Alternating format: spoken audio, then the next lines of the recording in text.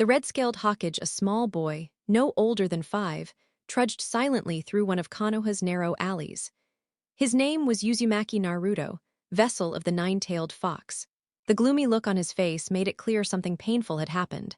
He wore worn-out blue shorts, a yellow shirt with faded stripes, and black sandals, clothes far too tattered for his age. "Why did they throw me out of the orphanage? What did I ever do to them?" he whimpered as tears filled his eyes. The world really is cruel. He had been wandering aimlessly for nearly an hour, searching for a place to rest. The sun was already dipping below the horizon, and the chill of the evening crept in. Eventually, he reached the outskirts of the village, where various training grounds lay hidden behind the trees.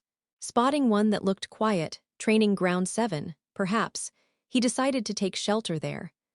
After a bit of searching, Naruto discovered a large old tree with a hollow space inside. The opening was narrow, but he squeezed himself through. For once, his underfed frame made things easier. The space was cramped and pitch black, and he could sense other tiny creatures crawling nearby. Something tickled the back of his neck, a bug most likely. He wanted to run, but fear of the cold night outside kept him still. "It's warm here," he murmured, hugging his knees. Then his stomach growled painfully. "I'm hungry," he whispered before finally drifting into a restless sleep. When Naruto woke the next morning, something brushed against his lips. He jerked upright, startled, and began frantically swatting at his face. A spider scuttled away, vanishing into the darkness. Naruto squeezed out of the hollow again and stumbled into the blinding light. He blinked rapidly. Snow had fallen overnight, blanketing everything in white. "Whoa," he breathed. "It's so pretty." He stood in awe, the scene reminding him of a fairy tale the hawkage once read to him, a story of a lost princess saved by a brave prince in the middle of winter. The boy had never seen snow before, and its beauty made him forget, for a moment, how alone he was. But he didn't yet realize how hard surviving would be with everything buried under snow. Still, curiosity guided his steps as he wandered further away from the village. "I'm so hungry," he muttered, clutching his stomach. Along the way, he found squirrel nests filled with stored nuts. He took only a few from each, unwilling to take everything. Naruto always liked animals. They didn't glare at him the way people did. Hours passed as he explored, and without realizing it, he had wandered miles away from Konoha. By evening, exhaustion hit him again. "I missed Uchiha-san and Izumi," he murmured sadly. They were the only ones who treated him kindly, and the memory of ramen, the food of the gods, as he called it, made his stomach ache even more. Then he spotted something in the distance. "A cave," he gasped and ran toward it. "It's huge, maybe it'll be warm inside." The cave was dark and silent. Naruto placed his right hand on the stone wall to guide himself. The rock felt icy, but he pressed on. As he ventured deeper, an odd thing happened. The temperature began to rise. Sweat formed on his forehead. Something deep within the mountain was radiating heat. "Yikes," he yelped when his foot slipped, and he landed hard on something rough and solid. "This isn't rock, it feels like scales." The sensation reminded him of the lizard he once found while playing with the hawkage outside the village. That day had been one of the few happy ones he could remember. Lately, the hawkage barely had time for him, and that loneliness stung deeply. As Naruto stood, the ground trembled violently beneath him. He fell again, this time onto cold stone. The scaly surface he'd fallen on before had been warm, he realized. What's happening?" he cried, fear tightening his chest.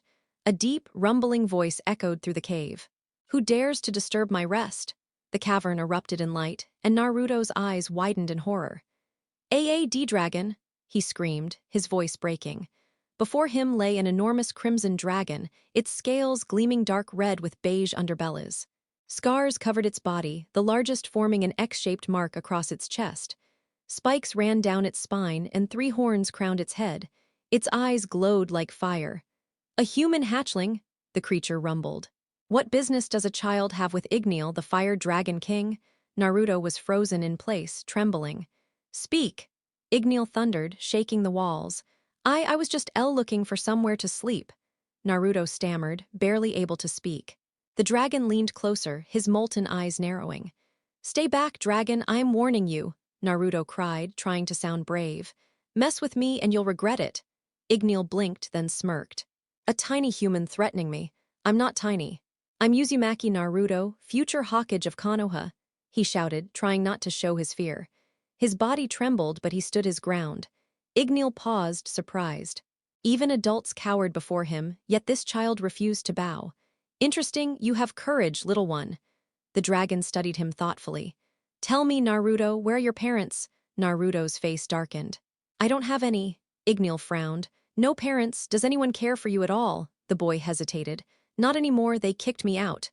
A child surviving alone, the dragon mused. You've got spirit. Naruto stepped back. If you're planning to eat me, I won't let you. Igneel chuckled. Eat you? No, I'd rather train you. Naruto blinked, stunned. Train me? I can teach you Dragon Slayer magic. Magic, Naruto squinted. That's not real. You're lying, the dragon let out a deep laugh. You humans call your power chakra, don't you? Magic isn't so different. If chakra exists, why can't magic? I guess that makes sense. But prove it, Naruto challenged. Very well. Igneel lifted his head and breathed out a torrent of fire, bright and fierce. The heat was overwhelming, yet he held back so the cave wouldn't collapse. Whoa, Naruto whispered in awe. And I can learn that? Indeed, you could surpass every shinobi if you wish. Naruto's eyes lit up. Then I'll do it. I'll get stronger than anyone, and everyone in the village will notice me. Igneel's grin widened. That's the spirit. But understand, boy, my training is brutal. Do you still wish to continue? Yes, I'm ready, Naruto said, full of determination. But how do we do this? I can't just vanish from the village without a reason. Igneel hummed in thought. What if I bring the Hokage here? Naruto suggested. He might let you train me. The Hokage, the leader of your village. Yeah. He's my friend, he plays with me sometimes. Very well, Igneel rumbled. Bring him tomorrow, but if he dares to covet my power like others have done with the Biju, I'll destroy him. The bee Biju? Naruto asked, puzzled. Never mind that child. If I'm to train you, you'll learn more than fighting. I'll teach you reading, numbers, and the history of both dragons and humans. Naruto's eyes widened. He never liked studying, but the idea of learning to read and write, and wielding fire like that excited him. Soon, he would begin his path, not just as a shinobi, but as the apprentice of the Fire Dragon King himself. Does that mean I don't have to attend regular school? The blonde boy asked eagerly. He already knew the teachers there wouldn't treat him kindly. That depends on what the Hokage decides. Naruto was about to respond, but instead yawned widely. I'm getting sleepy, Igneel. That's all right, rest well, Naruto. The dragon's deep voice rumbled gently. The boy stretched out on the warm ground and drifted into slumber almost instantly. Sleeping on hard surfaces was nothing new to him, so the rocky floor didn't bother him. This child, I can feel immense magical energy within him. And something else, another strange force. Darker, far more sinister than magic. Could it be? Igneel mused thoughtfully. A Jinchuriki, huh? That makes things interesting. I'll have to confirm it with the Hokage tomorrow. With careful movements, the dragon used his talons to lift Naruto and rest him against his side. Despite his ancient age, he found himself growing fond of the boy. It had been ages since the Fire Dragon King Igneel had felt such emotion. Even mighty beings could be sentimental sometimes. You'll become a great dragon slayer someday, Naruto. Igneel hadn't left his cavern for nearly a millennium. The world believed him long dead due to events buried in history. Only a few years back had his full power returned. One mystery, however, remained unsolved. How had he survived so long? Dragons lived for ages, but thousands of years was beyond reason, even for them. Now, Igneel was the last of his kind. All other dragons had perished ages ago. During his recovery, he had once met the legendary sage of 6 paths, who had granted him immortality. Igneel's essence was now similar to that of a Biju, though not composed of chakra, but pure magic. He could fall in battle, but his body would eventually reform. Let's see what the Hokage will decide. The soft echo of water droplets striking the warm stone echoed through the vast cave. Dim light came from the fiery glow of the dragon's scales, illuminating the darkness. A blonde-haired boy slept peacefully atop the dragon's clawed hand. Though the scales were as hard as diamonds, they felt oddly comfortable. Naruto hadn't slept this well in months. At the orphanage, his bed had been accidentally destroyed, forcing him to rest on the cold floor. Later, when he was thrown out, he had to sleep in hollow trees. As his eyelids fluttered open, he blinked in confusion. Darkness surrounded him, and panic immediately rose. Where was he? Forgetting the events of yesterday, Naruto rolled over and promptly fell off Ignil's claw, hitting the floor with a thud. Grumbling, he rubbed his head before looking up and gasped when he saw the massive dragon looming above him. "Good, you're awake. I was starting to think you might have died," Ignil said dryly. "You should go see the Hokage now." "Oh right, I almost forgot," Naruto said sheepishly, scratching his head. His stomach growled loudly. "Hee, guess I'm hungry. I'll find something on the way." Ignil thought about offering him food but realized he had none. He didn't eat anymore. Being a being of pure magic, nourishment wasn't a necessity. He'd have to teach Naruto how to hunt if the Hokage agreed to let him stay and train here. "All right then, see you later, Ignil," Naruto grinned brightly. "Goodbye, brat," Ignil replied with a snort. Naruto waved and began his way out. The cave was pitch black except for Ignil's dim glow. As his eyes adjusted, he moved quicker until a bright light appeared ahead. Breaking into a run, he finally stepped outside. The snow had begun to melt, leaving only patches of white scattered across the ground. "Man, I'm starving." XXXXXXXXX. Even now, Naruto couldn't believe what had happened the previous day. He'd met a dragon, a living, breathing dragon. It was more magnificent than any creature from his grandfather's bedtime stories. This one could even speak. He wondered if Ignil had ever kidnapped a princess like the dragons in those tales. He also remembered the dragon calling himself the Fire Dragon King. That must mean there were others. Wind, water, earth, maybe even lightning dragons. He'd have to ask later. The problem now was convincing the Hokage. Who would believe a 5-year-old claiming a dragon lived just outside Konoha? Still, he hoped the third Hokage would at least listen rather than dismiss him as pretending. The walls of Konoha and the Hokage monument came into view. Almost there," he panted. He had run all the way back. Even though Naruto had amazing stamina, sprinting 3 kilometers on an empty stomach was tough for a hungry child. He sneaked through narrow alleyways toward the Hokage Tower, avoiding main streets. He didn't want to risk a villager's wrath. He wasn't attacked often, but it did happen. XXXXXXXXX, "You're dismissed," said an elderly man with a weathered face and a wart beside his nose. His sharp eyes followed the merchant leaving his office before he sighed and drew on his pipe. "All right, back to paperwork. Jiji." The door burst open, and Naruto ran in. "He looks exhausted," the Hokage thought, frowning. "Naruto-kun, it's been a while," he greeted warmly. "Yeah, we haven't played in forever," Naruto whined, hugging him tightly. Then, looking serious, he said, "But Jiji, I have something super important to tell you." "Important, huh? What is it, Naruto-kun?" The old man smiled patiently. I got kicked out of the orphanage 2 days ago and went to the outskirts of the village," Naruto said nervously. The Hokage's expression darkened. "That was unacceptable, he'd deal with that later. And then I found a cave and inside it I met who? Ignil, a dragon," Naruto declared proudly. The Hokage blinked, then sighed. "Naruto-kun, don't scare me like that. I thought you were hurt. You shouldn't play such serious games," he chided gently before smiling again. "Still, I have some time now. How about we go meet this dragon of yours?" His paperwork could wait, Naruto mattered more. "Jiji, I'm not lying," Naruto puffed his cheeks. "I'll prove it, just promise you won't attack him."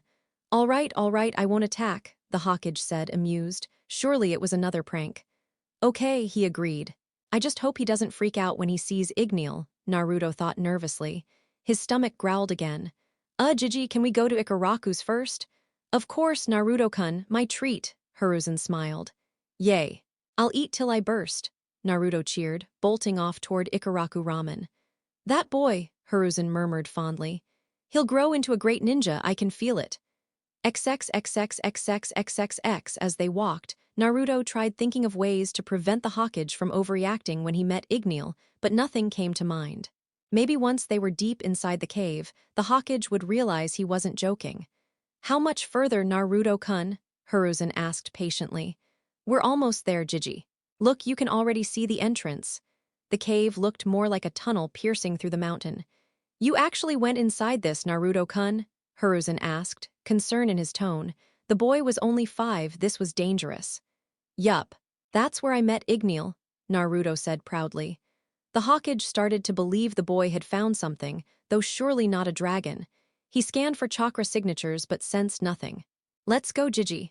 The Hawkage followed, lighting the path with a simple jutsu. Whoa, Naruto gasped in amazement at the glowing light. Teach me that someday, Jiji. Maybe later, Naruto-kun, the old man chuckled. Now let's find this dragon of yours. His name's Igneel, Naruto corrected. After several minutes of walking, Naruto suddenly shouted, Igneel, I brought the Hawkage. The Hawkage stiffened. Something was definitely inside this cave. He didn't like the uneasy feeling it gave him. The ground began trembling. Maybe we should turn ba. Come on, Jiji, Naruto interrupted, running ahead. Cursing under his breath, the Hawkage followed. Soon, a faint red glow appeared ahead, and when they entered the chamber, Hiruzen's pipe dropped from his mouth. A massive crimson dragon lay before them. It's an honor to meet you, Hawkage, Igneel rumbled. Instinctively, Hiruzen shifted into a battle stance, ready to summon Enma. Naruto, get back! W8 Jiji, Naruto yelled, blocking his way. Don't attack him, Igneel won't hurt us. The Hawkage stared in disbelief. I have no intention of fighting you, Hawkage, the dragon said calmly, though his power was overwhelming. But if you strike first, I will respond in kind. Hiruzen's sharp eyes darted between the dragon and the boy. Though cautious, he sensed no killing intent. Very well, that doesn't mean I trust you, but I'll hear what you have to say, the Hawkage finally answered, easing out of his fighting stance. Yay, then let's get straight to the point. Yesterday, this little brat stumbled upon my cave and decided to explore it. That's how we met. What surprised me, however, was that even though he was clearly frightened, he refused to back down. After speaking with him for a while, I made a decision. I wish to train him in the art of dragon slayer magic, Igneel declared in his deep, rumbling voice. You want to train him? The Hawkage asked, shocked. And what exactly is this magic you speak of? Indeed, I intend to teach him the ways of dragon slayer magic. Magic is not unlike chakra, it flows through the body, stored within a vessel that gathers etherious particles of magical energy. Those who manipulate this power are called mages. They each follow a distinct path of magic. Take requip magic, for example, which allows one to store weapons in another dimension and summon them at will. Each spell consumes magical energy, and when the container runs low, it must slowly replenish before it can be used again. Unlike chakra, however, magic isn't generated internally, it's drawn in from the environment around you. What I plan to teach Naruto is not ordinary magic, it's a lost magic. These types are rare, ancient, and nearly forgotten. In the old days, dragons were impervious to ordinary spells. The only magic capable of harming a dragon was dragon slayer magic, a power only a dragon can teach. Like any other art, strength grows through practice and persistence. It's a grueling road, but I have no doubt Naruto can handle it. Both Naruto and the Hawkage listened closely. Naruto didn't catch every detail, but Hiruzen was starting to grasp the idea. So theoretically, I could also learn this magic, the Hawkage mused aloud. Not quite. Over the centuries, the human body has evolved. Chakra is essentially a refined version of magic. Humans no longer possess the vessel needed to store Etherius. But then how can I learn it? Naruto cried, hurt that he might have been lied to. You can learn it, but… Really? How? Naruto cut in eagerly. Igneel's eyes narrowed and his tone turned sharp. We'll need to fix that impatience first. Don't interrupt me. Why, yes, sir. The Hawkage frowned at Igneel's tone but held his tongue. Naruto indeed needed discipline. I hold the power to create a magic container, Igneel continued. By infusing you with my energy, your body will be forced to adapt and form one. But understand, this process would normally kill any human. He then turned to Hiruzen. Now about the creature sealed within him. Hiruzen's eyes widened. You know about that. If I had eyebrows, they'd be raised, Igneel huffed. I am Igneel, the Fire Dragon King. Of course I can sense something like a Biju. Biju? Naruto asked, confused. You mentioned that before, Igneel. What is that? There are 9 of them. The first, the Ikibai, has 1 tail, the last, the Kyuubi, has 9. Each is a colossal beast made entirely of chakra. The Kyuubi, Naruto stammered. The one that attacked the village 5 years ago, that's a Biju. Correct, Naruto-kun, the Hawkage said gently. He sighed and looked down. I had hoped to spare you this truth for a few more years. I wanted you to have a happy childhood. not one weighed down by the burden of the secret. But I suppose your childhood has been anything but happy already. What truth? Naruto asked, trembling. 5 years ago, when the Kyuubi attacked, the fourth Hokage could not destroy it. A Biju cannot be killed. Then, what happened to it? Naruto asked quietly. Hiruzen looked pained. Even after all the cruelty the boy had endured, he still radiated light. He didn't deserve this pain. Naruto, the Kyuubi was sealed inside of you. Naruto's face twisted in shock and grief. What? His mind raced. So that's why everyone hates me. I'm the monster that destroyed everything they loved. I'm a monster, he whispered, staring at his trembling hands. Before Hiruzen could comfort him, Ignil's booming laughter filled the air. A monster? Don't be ridiculous. You're far too weak to be a monster.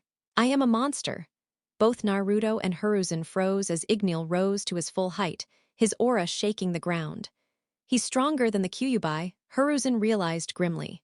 Naruto, Hiruzen said firmly, you're not the Kyuubi. It's sealed within you, yes, but that doesn't mean you are it. What do you mean, Jiji? Naruto asked, hope flickering in his voice. Think of it this way, Hiruzen said, holding up a sealing scroll and a kunai.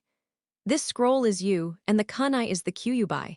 Even if I seal the kunai inside, the scroll doesn't become the kunai. You're merely its container, not the beast itself. Naruto's eyes widened in understanding. I get it, Jiji. Hiruzen smiled warmly and hugged him. Tears welled up in Naruto's eyes as he clung to the old man's robe, feeling affection for the first time in ages. You're strong, Naruto-kun, stronger than you realize. One day the entire village will see that strength. Yeah, I'll become Hokage, Jiji, just you wait. Ignil watched them silently. Once, dragons had fought among themselves. Some sought peace with humans, while others wished to destroy them. Seeing this moment, he felt grateful for the choice he had made long ago to coexist. Now then, Naruto, Ignil said, breaking the silence. Let's return to your training. Okay. As I mentioned, infusing magic into your body could kill an ordinary person. However, with the Kyuubi's healing power, I believe you can survive it. So I can become a mage? Naruto's excitement returned instantly. Hold on, the Hokage interrupted. You believe he'll survive. You're not certain, Ignil sighed. It's untested, I've never attempted it before. But my instincts tell me he'll live. That's not good enough, Hiruzen snapped. I won't risk losing him. Jiji, please, Naruto pleaded. This is the first time someone's believed in me. Ignil doesn't hate me, he wants to help me. I understand, Naruto-kun, but… Wait, Ignil interrupted. You misunderstand. I wasn't planning to start the magic training immediately. He'll train with me for at least a year before we even attempt the process. And what will he learn in that time? Hiruzen asked warily. For the first year, I'll focus on strengthening his body, Ignil explained. Dragon Slayer magic requires immense endurance. I'll also teach him reading, writing, survival skills, everything he'll need for life as a warrior. Magic comes after that. The two spoke for nearly half an hour, going over Ignil's detailed plan. The second year would introduce magic, alongside continued education. By the third, Naruto would begin learning battle strategy and advanced training. They also discussed his future at the Ninja Academy. Since classes lasted 4 years, they decided Naruto would join in the third year. By then, he'd be strong enough to keep up. He'd miss only the basic history and body conditioning lessons, which Ignil would cover anyway. Naruto was initially disappointed that he wouldn't start with the other kids, but when Hiruzen mentioned the first years only learned boring theory, he grinned again. During his third and fourth year, Naruto's days followed a strict pattern. Mornings were spent at the academy, and the afternoons were reserved for training with Ignil. That was Ignil's plan, at least. He knew this wouldn't be easy for Naruto since they would have to train much farther away from Konoha, not just a few kilometers out like they currently did. It was then that Hiruzen suggested Naruto should learn the Kagebunshin no Jutsu, a powerful technique allowing the user to create tangible clones. Since the real Naruto still had to attend the academy, Hiruzen proposed an idea. Naruto would attend for 2 weeks while his clone took his place for the next 2. Ignil found this arrangement excellent. It meant Naruto could test his taijutsu skills against children his age while still advancing his training. But there was one thing Naruto wasn't happy about. Ignil, why can't I use my magic at the academy? Naruto complained loudly. "We can't have you hurting the other students, Naruto. You'd easily overpower them," Hiruzen explained calmly. "Exactly," Igneel rumbled in agreement. "The Hokage is right, you must never show what I've taught you, understood? Besides, I doubt he wants to explain to your teachers how you can eat fire." Naruto and Hiruzen blinked, staring at the dragon in shock. "Eat fire!" they shouted together. "Oh, I forgot to tell you that part," Igneel said casually. "Yes, that's one of the powers of a dragon slayer. You'll have lungs like a dragon's." That's awesome," Naruto yelled, eyes sparkling. "Just wait. I'll show the world that Uzumaki Naruto will become stronger than anyone." The Hokage smiled at his enthusiasm before turning to Igneel. "Naruto has potential. I'm glad to see he'll grow strong." "Indeed," Igneel said proudly. "He'll gain abilities unlike any humans. His senses will be heightened, hearing sharper than any shinobi, smell keener than a hound, and many other gifts that will serve him well. Perfect for a ninja, if you ask me, but the rest you'll see in time." "That sounds remarkable," Hiruzen said with a hint of awe. "Speaking of which, how long will you be away and where will the training take place?" "I plan to fly to a distant, uninhabited region. Will likely return after 5 years," Igneel replied. "That's far too long," the Hokage said firmly. "For the first year, I want to see him one day every 3 months, and I'll be present when you begin this magic container ritual. In the second year, I'll visit every 6 months. After that, simple reports will suffice." "I expected as much," Igneel nodded. "Fine, we'll do it your way as long as it doesn't interrupt his progress." "I'll be gone that long?" Naruto asked, finally realizing what 5 years meant. "Yes, but it'll be worth it," Igneel reassured him with a rare gentle tone. Hiruzen smiled kindly. "Then everything is settled." "Why, you mean it?" Naruto asked hopefully. "Yes, Naruto, you may begin your training now. I'll miss you, Naruto-kun." Hearing that, the boy broke down in tears and ran to hug the Hokage tightly. "Thank you for everything, Jiji." Hiruzen froze for a moment, then returned the embrace warmly. It had been so long since he'd felt something so pure. "Don't cry, Naruto-kun. I'll see you again in 3 months," he said softly. "All right, see you soon, Jiji," Naruto said, wiping his tears away. "Let's go, Naruto," Igneel said. They left the cave together, all three knowing Naruto's path to strength had only just begun. None of them could have imagined how powerful he would truly become. The Hokage still couldn't believe what had unfolded, Naruto finding a dragon who actually wanted to train him. "Goodbye, Jiji," Naruto called from Igneel's back, waving cheerfully. The dragon's immense size dwarfed him completely. When Igneel spread his wings, he looked even more colossal, as large as the Nine Tails itself, which made Hiruzen uneasy. The memory of that night still haunted him. "Farewell, Naruto," Hiruzen said softly. With a nod to the old man, Igneel crouched, flapped his mighty wings and launched into the sky. The shockwave uprooted trees and sent animals fleeing. "Incredible," Hiruzen whispered, bracing himself with chakra. While the scene was awe-inspiring for Hiruzen, Naruto was holding on for dear life. He clung tightly to Igneel's scales, terrified he might fall. But after several minutes, fear turned into exhilaration. The view, the wind, it was breathtaking. "Woo-woo, this is amazing," Naruto yelled joyfully. "Ha, glad you're enjoying it. That means I can speed up, right?" Igneel smirked. "Why, you can go faster," Naruto stammered. They were already moving unbelievably fast. "Much faster, brat. What we're doing now is a crawl." Before Naruto could respond, Igneel suddenly accelerated. The wind roared, and they shot through the skies at terrifying speed. Naruto screamed, gripping tighter as his stomach dropped. This was going to take some getting used to. After nearly an hour of flight, Igneel finally slowed down. "We've arrived, brat." Naruto was certain they had crossed an ocean. The endless water below proved they were far from civilization.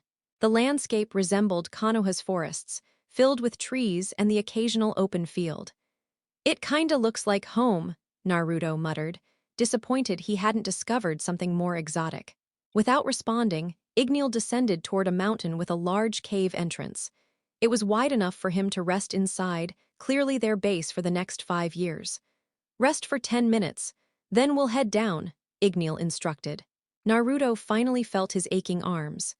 "Oh, okay," he muttered, collapsing onto the ground.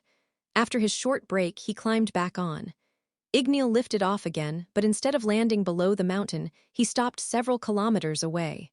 "Get down," he ordered. Naruto jumped off, frowning. "You don't have to be so harsh, you know." "You've got 5 days," Igneel said bluntly. "5 days for what?" Naruto asked, confused. "To reach the mountain. If you fail, I'm leaving you here forever."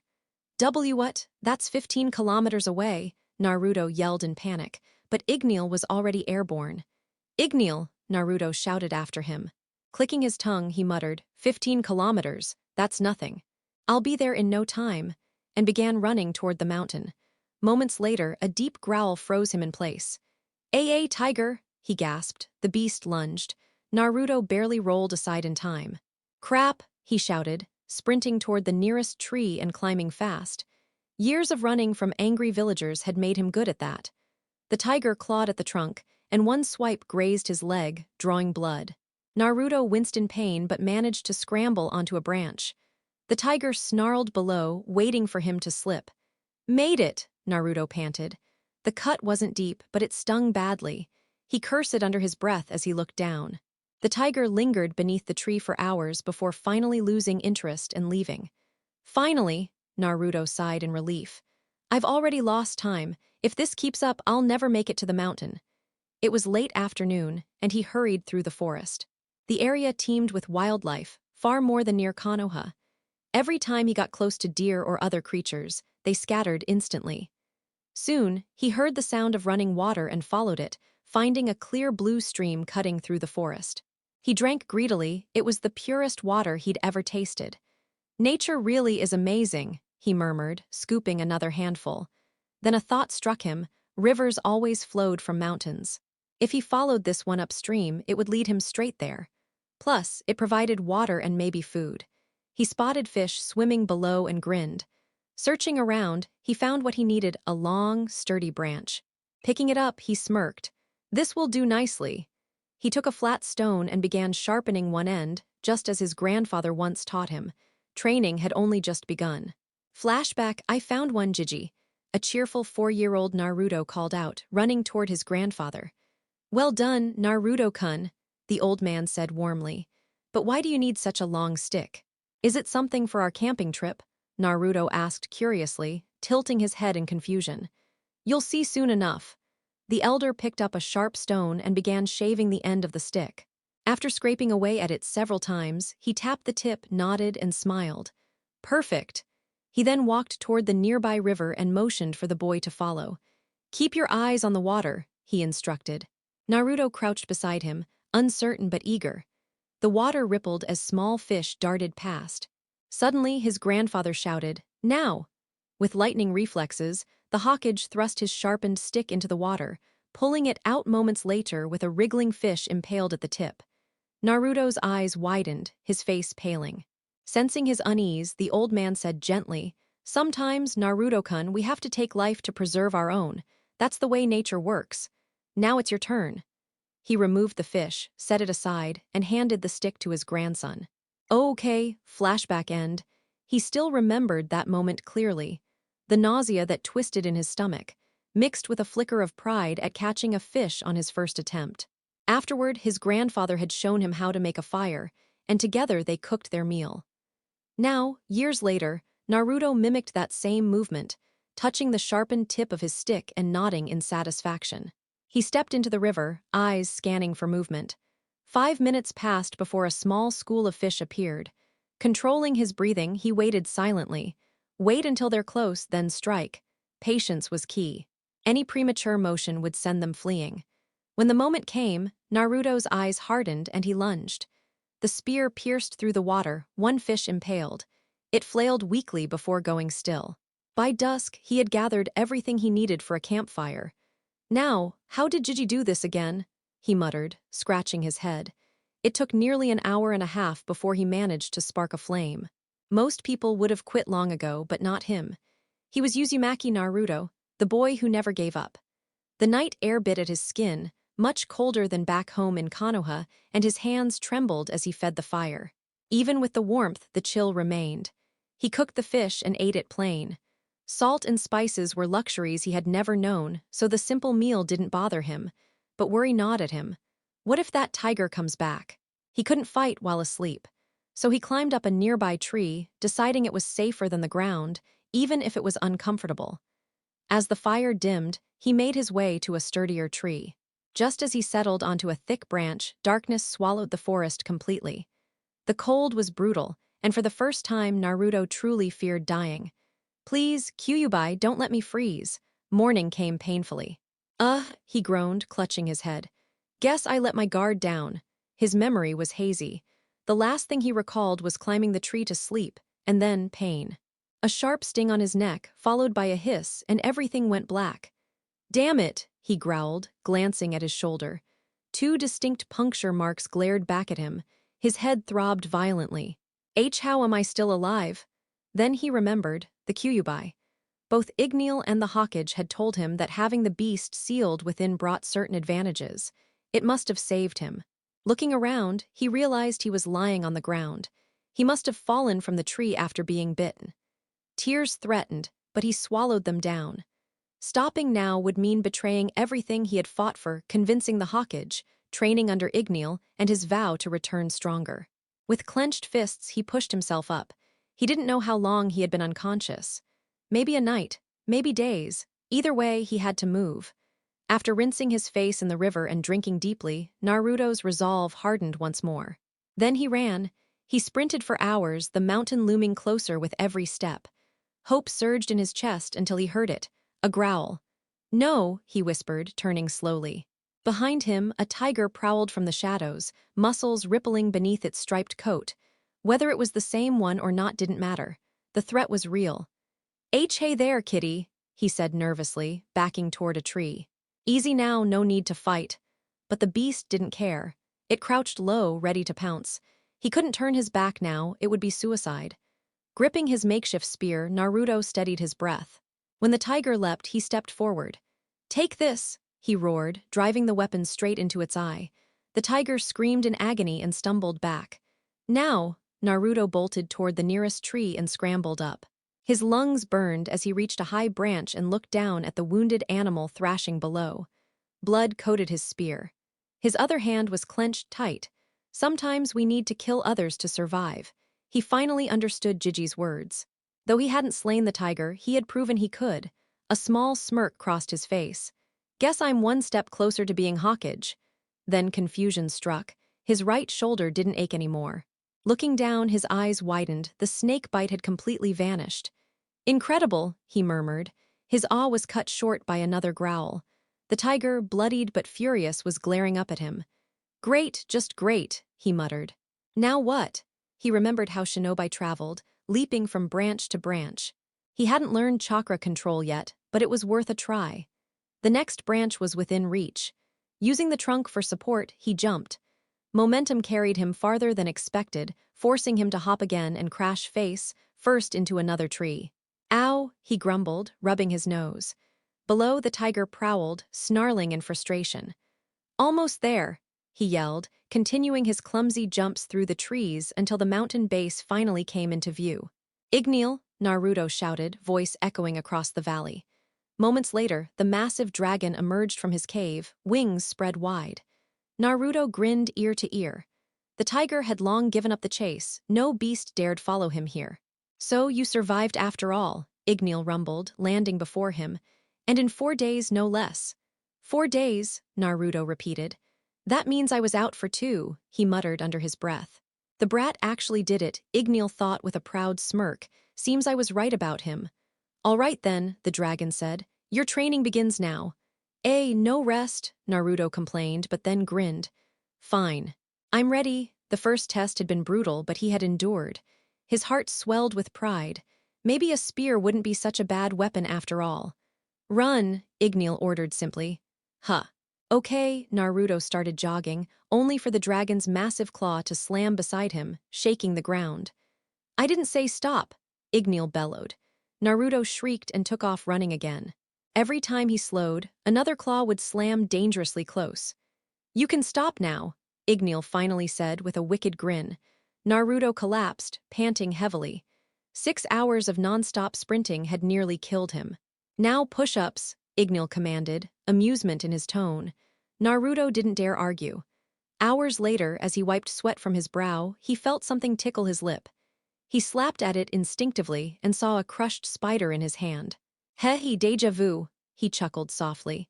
His eyes drifted toward the massive dragon resting nearby, fire flickering from its nostrils with every snore. Their bond had grown strong over the past year. Once he had feared Ignil as an untouchable being, but now he saw him as family, his father in all but blood. He smiled faintly, remembering all the times they'd laughed, fought, and trained together. Life with the Fire Dragon King wasn't easy, but it was his, and Naruto wouldn't trade it for anything. The blonde boy rose from his makeshift bed, crafted from wooden logs and animal hides. One of Ignil's earliest lessons had been survival, specifically, how to hunt. Eating fish alone wouldn't sustain him forever. Within a week, Naruto had managed to take down a deer, an impressive accomplishment for a child. Deer were swift and alert. The slightest noise would send them running. But using the forest canopy to his advantage, Naruto had leapt from a tree branch and taken his prey by surprise. The creature never stood a chance. He jogged over to where Ignil was resting and bellowed directly into his ear. "Wake up!" Naruto had learned the hard way that dragons had extremely sharp senses, especially when it came to sound. Any loud noise close to them could easily rouse their wrath. Over the past year, the blonde had matured greatly. He was sharper, stronger, and far more strategic than before. While he often acted like a fool during the day, Ignil still wasn't sure whether Naruto was pretending or simply too lazy to show his intellect. In battle, however, it was a completely different story. His fighting style appeared wild and unplanned, but every move was deliberate and calculated.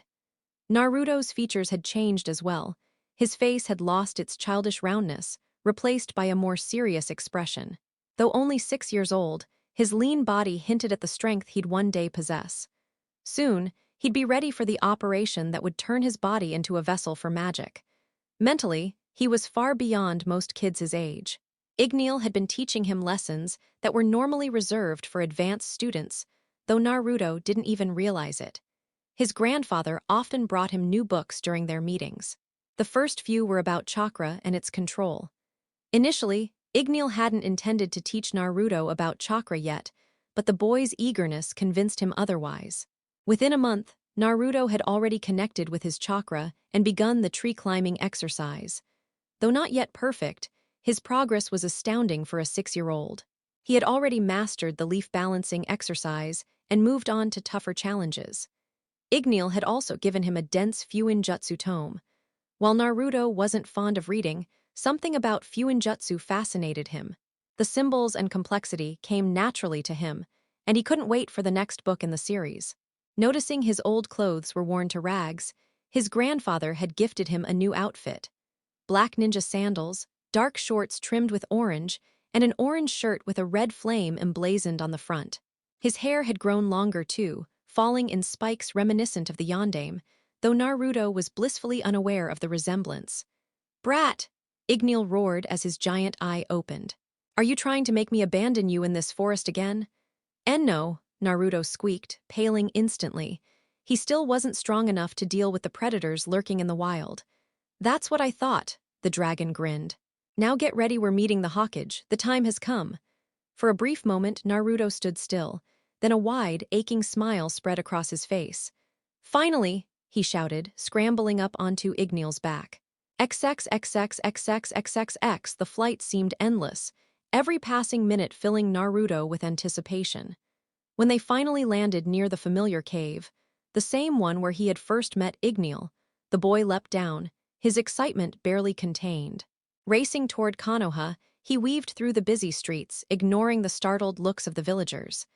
They hadn't seen him in months, and most preferred it that way. To them, Naruto was still the demon boy to be avoided. Yet when they saw his striking resemblance to the fourth Hokage, unease flickered across their faces before they brushed the thought aside. "I'll prove them all wrong," Naruto thought, smirking. The hateful stares no longer stung. He had a family now, and that was all that mattered. At last, the Hokage Tower came into view. Upon entering, he immediately drew the attention of nearby shinobi. He only visited every few months, and his unexpected appearance puzzled them. "I want to see Jiji," Naruto told the secretary politely. She recognized him and smiled faintly. "He'll be free in 10 minutes." "Thanks," he said brightly, sitting down to wait. Excitement and nervousness churned in his stomach. He knew the procedure to gain a magic container was excruciating and often fatal. Lost in thought, he didn't notice time passing until the Hawkage himself emerged from his office. "Ah, Naruto-kun," Hiruzen greeted kindly. "Come with me." Naruto's face lit up and he followed eagerly. Once inside the office, the Hawkage dismissed the Anbu guards. "So, it's time then?" Hiruzen asked quietly. "Yeah. You're supposed to come with me to the cave," Naruto answered with a grin, though it didn't quite reach his eyes. "Don't worry, Naruto-kun," the old man said warmly. "Everything will be fine." As they made their way through the forest, they talked about Naruto's recent training. Hiruzen was impressed to learn that the boy had nearly perfected the tree-climbing exercise. "I can reach almost to the top now," Naruto boasted. "Incredible, you might become the next Kakashi or Itachi at this rate." "Who are they?" Naruto asked, scratching his head. "They're some of our most talented shinobi, like you'll be one day." "Awesome," Naruto's eyes sparkled. "And Itachi is only 11, Hiruzen added. Naruto paused, a competitive gleam flashing in his eyes. 11. He'd surpass that easily. When they reached the cave, Igneel greeted them. "Good afternoon, Hawkage." "Hello, Igneel," Hiruzen replied with a smile. "You've done well, Naruto's growth is remarkable." "That's good to hear," Igneel rumbled. "But the true training begins now." "I'm ready," Naruto said, smirking. "Let's do this." "Patience, boy," Igneel chuckled before turning serious. "Once this begins, there's no turning back. Are you prepared?" Naruto nodded. "Yes." The dragon instructed Naruto to lie on the ground and look to Hiruzen. "Do you have a jutsu to restrain him?" Hiruzen hesitated before nodding. "Water style." "Water whip," he called, forming whips of water that coiled around Naruto, pinning him in place. "This will hurt," Igneel warned. "I'll channel a small amount of magic into you. The creation of your container will take longer and be far more painful." "I'm ready," Naruto said through clenched teeth. Hiruzen nodded solemnly. "No matter how much pain he endures, do not interfere," Igneel said firmly. "You won't be able to help, and know this, your love for him is not yours alone." Hiruzen swallowed hard.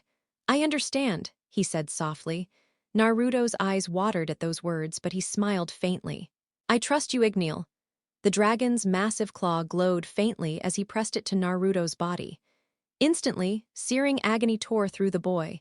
He screamed, struggling against the watery bindings, but they held firm. Igneel withdrew his claw when it was done, his expression pained as Naruto continued to cry out. "Stay strong, Naruto-kun," Hiruzen urged desperately, but Naruto could barely hear him over his own screams. The pain dwarfed anything he had ever felt before, far worse than any wound or poison. Tears streamed down his cheeks as his voice echoed through the cave. After half an hour of pure torment, he finally went limp, unconscious but alive. Hiruzen rushed forward to check his pulse and sighed in relief when he found it weak but steady. "He survived," Igneel murmured. "I can sense magic flowing in him, though faintly. That will grow with time." Hiruzen released the water bindings and looked down at the boy. "Let's hope he wakes soon." XXXXXXXXX drip, drip, drip. Naruto's eyes fluttered open. He was standing ankle-deep in water, surrounded by damp walls. It looked like a sewer. "Where am I?" he muttered, glancing around. A dark, heavy feeling tugged at his chest, guiding him forward. He walked for several minutes before coming upon massive iron bars. A ceiling tag rested in the center, pulsing faintly. "What is this place?" he whispered, stepping closer, until a wave of killing intent froze him in his tracks. Something moved behind the bars. Two crimson eyes opened in the darkness. "So you finally came to visit me, human," a deep voice rumbled. Naruto trembled. Who are you?" A low growl echoed as 9 massive tails swayed behind the shadow. "You mean you don't know? Perhaps this will jog your memory." Realization hit him like thunder. "Why, you're the Kyuubi," Naruto shouted, dropping into a fighting stance. "Relax, I can't actually hurt you," the beast growled. "Not with these damn bars in the way." It roared, slamming its tails against the cage. The blonde boy eased slightly, realizing the Kyuubi was trapped and unable to reach him. His mind started racing. Why had he ended up here all of a sudden? Maybe it was because he had nearly died. You were seconds away from death, human. Without me, your heart would have stopped beating. Naruto didn't respond. He just stared at the massive fox. So this was the creature everyone despised him for, just because this monster attacked Konoha and ended up sealed within him. Anger flickered in his eyes. HMPH, glaring at me now, are you? The Kyuubi sneered. You're even dumber than I thought. If I was free, you'd already be dead, Naruto growled back. Yeah, well, I don't exactly want you inside me either. But letting you out would kill me, and I've still got things to do, Databeo. The Kyuubi's eyes narrowed dangerously. But still, thanks, Naruto added unexpectedly, for keeping me alive back there. For a brief moment, the fox looked taken aback before closing its eyes and settling down again. Naruto suddenly jolted awake. Ugh, he groaned, clutching his head. This keeps happening way too often. His body ached all over. How are you holding up? Came a deep, familiar voice. Turning his head, Naruto saw Igneel resting beside him. I feel terrible. Good. That means you're still alive, the dragon said in his usual gruff tone. Where's Chiji? Naruto croaked, coughing a bit. He really hoped the old man hadn't left him alone. The Hokage, brat. He's got a village to run. Be glad he stayed with you as long as he did. I've been out for 4 days. Naruto yelled, stunned. It made sense though the Hokage had responsibilities. You can go see him before we begin again, Igneel rumbled. He said you shouldn't visit too often anymore. Apparently he wants you to train hard and surprise him next time you meet. Naruto nodded. All right, I'll go say goodbye. I can't wait to start training, he cheered and sprinted off only to pause mid-run. Hey, Igneel. The ritual worked, right? I have a magic container now. It worked, the dragon confirmed. You can call yourself a mage now. Naruto grinned wide. Thanks, Igneel. And with that, he dashed toward Konoha. XXXXXXXXX. Naruto could barely contain his excitement. The moment he reached the Hokage tower, he ran straight into the old man's office, ignoring the secretary's protests. The doors slammed open. Chiji, he shouted. The Hokage looked up in surprise but signaled the Anbu to stand down. Naruto-kun, he greeted warmly. You already look stronger. Haha, very funny, Chiji, Naruto pouted. I came to say goodbye. Igneel said I won't be seeing you much for a while, and I was hoping you could lend me some more Fuinjutsu books. The old man blinked before chuckling. Fuinjutsu, hey? I had a feeling you'd go for that. Let's see what I can find. He stood and walked to one of his many shelves. Ah, here we go. He pulled out 3 thick books and handed them over. These should be good for now. Whoa! Naruto's eyes went wide. That's plenty. Thanks a ton, Chiji. XXXXXXXXX. After spending another hour chatting with his grandfather, Naruto made his way back to the cave. Igneel was already waiting and gestured for him to climb up. This time, Naruto managed it easily using chakra. The flight back was uneventful, though the dragon explained what he planned to teach Naruto over the next year. Everything sounded incredible. By the time they landed, the sun had set. Naruto was so tired he could barely stay awake. Without saying much, he flopped onto his bedroll and passed out. Tomorrow, training would begin in earnest. When dawn came, Naruto shot to his feet, full of energy. Igneel. Let's start already. The dragon yawned loudly. You're way too enthusiastic for mornings. He grumbled. Fine, let's begin. You already understand what magic is, right? Naruto nodded quickly. Yeah.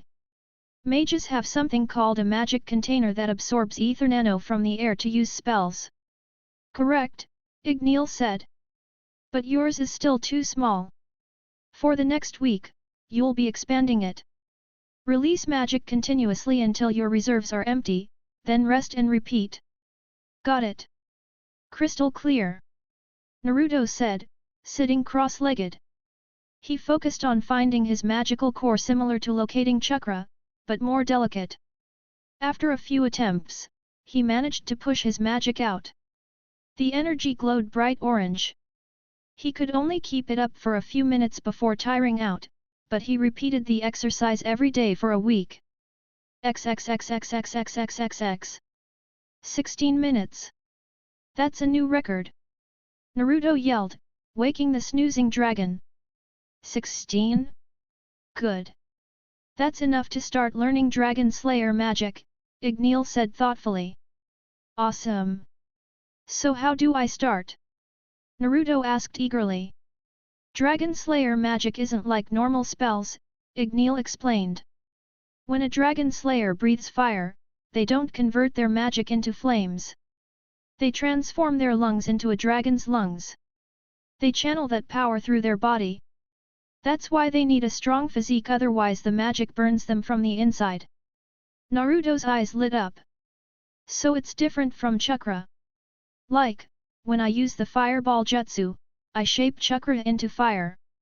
But with Dragon Slayer magic, I'm literally turning part of myself into a dragon to create real fire. Igneel blinked in surprise. How in the world do you know that much already? I read the books Jiji gives me, Naruto admitted, scratching his head. The dragon chuckled. Fine. Let's start. Focus on imagining a flame. XXXXXXXXX. I did it. Naruto shouted. Igneel turned and saw a small flame dancing on the boy's fingertip after only 4 days. Incredible. The dragon breathed.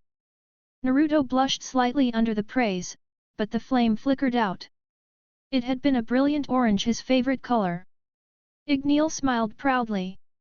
That's impressive, Naruto. Now, try covering your entire hand. That'll be your first technique, the Fire Dragon's Iron Fist. Encase your hand in fire, then punch your target. The stronger your magic, the stronger the hit. This will be your signature move. Got it. That sounds awesome. Naruto said, trying again, but he only managed to ignite a finger. Don't worry, Igneel chuckled. For just 4 days, that's already beyond impressive. XXXXXXXXX.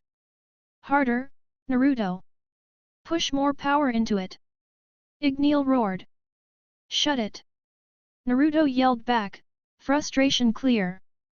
He had already learned several Dragon Slayer techniques: Fire Dragon's Iron Fist, Fire Dragon's Roar, Fire Dragon's Claw, and his strongest so far, Fire Dragon's Brilliant Flame. Half a year had passed, and his progress was astounding. Right now, he was trying to destroy a boulder twice his size using only the Iron Fist. Growling, Naruto slammed his fiery fist again and again. His anger spiked, his power flared, and finally, with a thunderous roar, he unleashed everything he had. Flames engulfed his arm as he struck the rock, splitting it clean in two. Panting, Naruto smiled before collapsing from exhaustion. That kid! Igneel rumbled softly, chuckling. He actually did it. As he watched the boy sleep, the dragon's eyes softened. Naruto's potential was unlike anything he had ever seen, even among dragons themselves. Someday, this child might just surpass them all. Igneel stiffened slightly. The child carried the Kyuubi within him, the might of a dragon slayer and the wrath of a tailed beast fused into one. A truly terrifying combination. Before the dragon could reflect further, the boy stirred with a groan. Nicely done, you pulled it off. Igneel praised. I am so tired, Naruto muttered weakly, coughing as he lay flat on the ground. Did you sense it? That sudden rush of strength? Igneel asked, his tone curious. Power surge. Naruto blinked. Now that you mention it, yeah. That's another reason why Dragon Slayer magic stands above most arts, Igneel explained. Its strength reacts to emotion. When you failed to break the boulder and got angry, your fury ignited your flames and made them stronger. That's why they call Fire Dragon Slayer flames the flames of emotion. He paused, his gaze softening. But don't let those feelings misguide you. Hatred and vengeance are powerful too, and they can strengthen your fire, but they'll consume you if you're not careful. There's one feeling that surpasses them all. What's stronger than revenge? Naruto asked, his voice heavy with fatigue. Love, Igneel said simply. When you fight to protect those dear to you, your fire will burn brighter than ever. Someday, when things look hopeless and your strength runs dry, remember this: if your enemies threaten your precious people, it'll be their biggest mistake.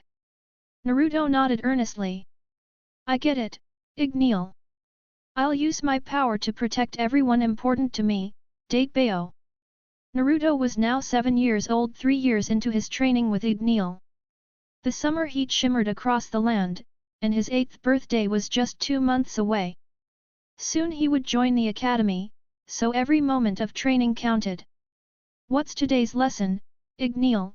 The boy asked eagerly. There were 10 foundational spells in Dragon Slayer magic. Naruto had already mastered 8. The remaining 2 would come later, so he was curious about what was next. Igneel had mentioned they wouldn't focus on raw strength anymore, which only deepened Naruto's curiosity. He remembered the awe-inspiring lesson from a month ago. Flashback. All right. What are we working on today? Naruto asked, eyes bright with excitement. Today, you're going to witness something, Igneel replied, spreading his wings as he took flight toward a nearby mountain. What do you mean? Naruto called out, clinging to the dragon's scales.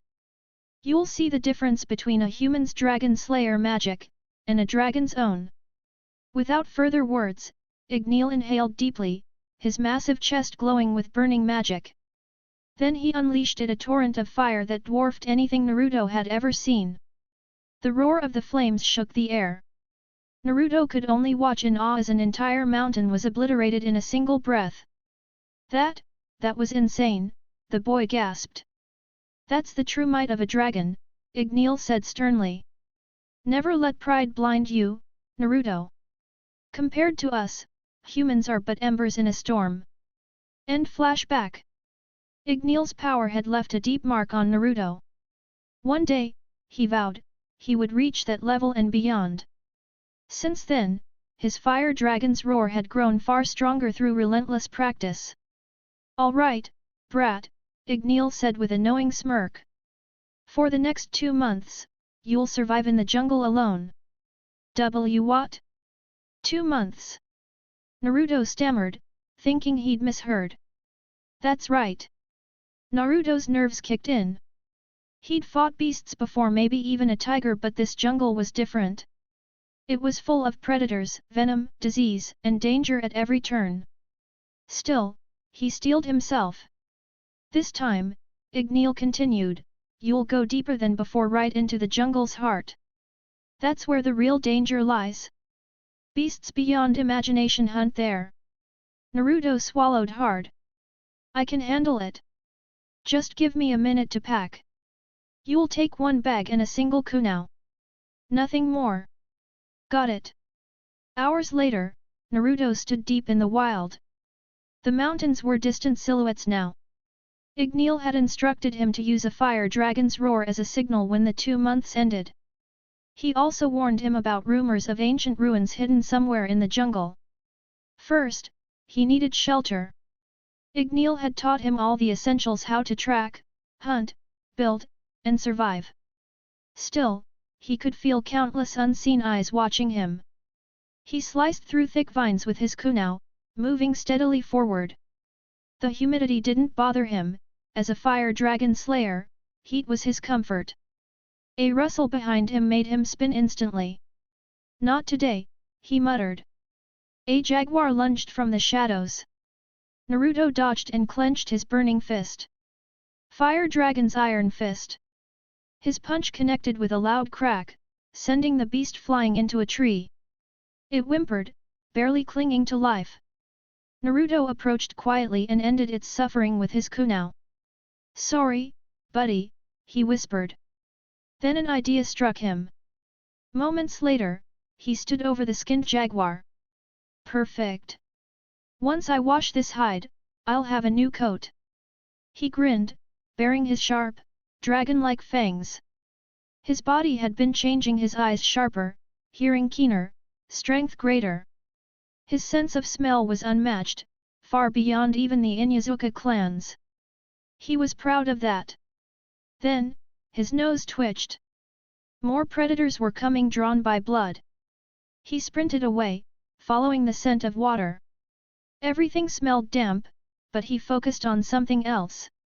Fish, he muttered. Where there's fish, there's a river. Following the scent, he soon found a stream cutting through the jungle. As he crouched to drink, his instincts screamed danger. He leaped back just as a crocodile lunged from the water. Too slow. Naruto growled, charging chakra into his legs to land safely. The beast crawled forward, its scales like armor. Perfect test subject. Naruto had been experimenting with a new technique, one he'd created himself. He raised his hand, finger aimed like a gun, channeling fire magic at the tip. Fire Dragon's piercing bullet. A searing bolt of condensed flame burst forward, drilling through the crocodile's skull. Smoke rose as the creature fell lifeless.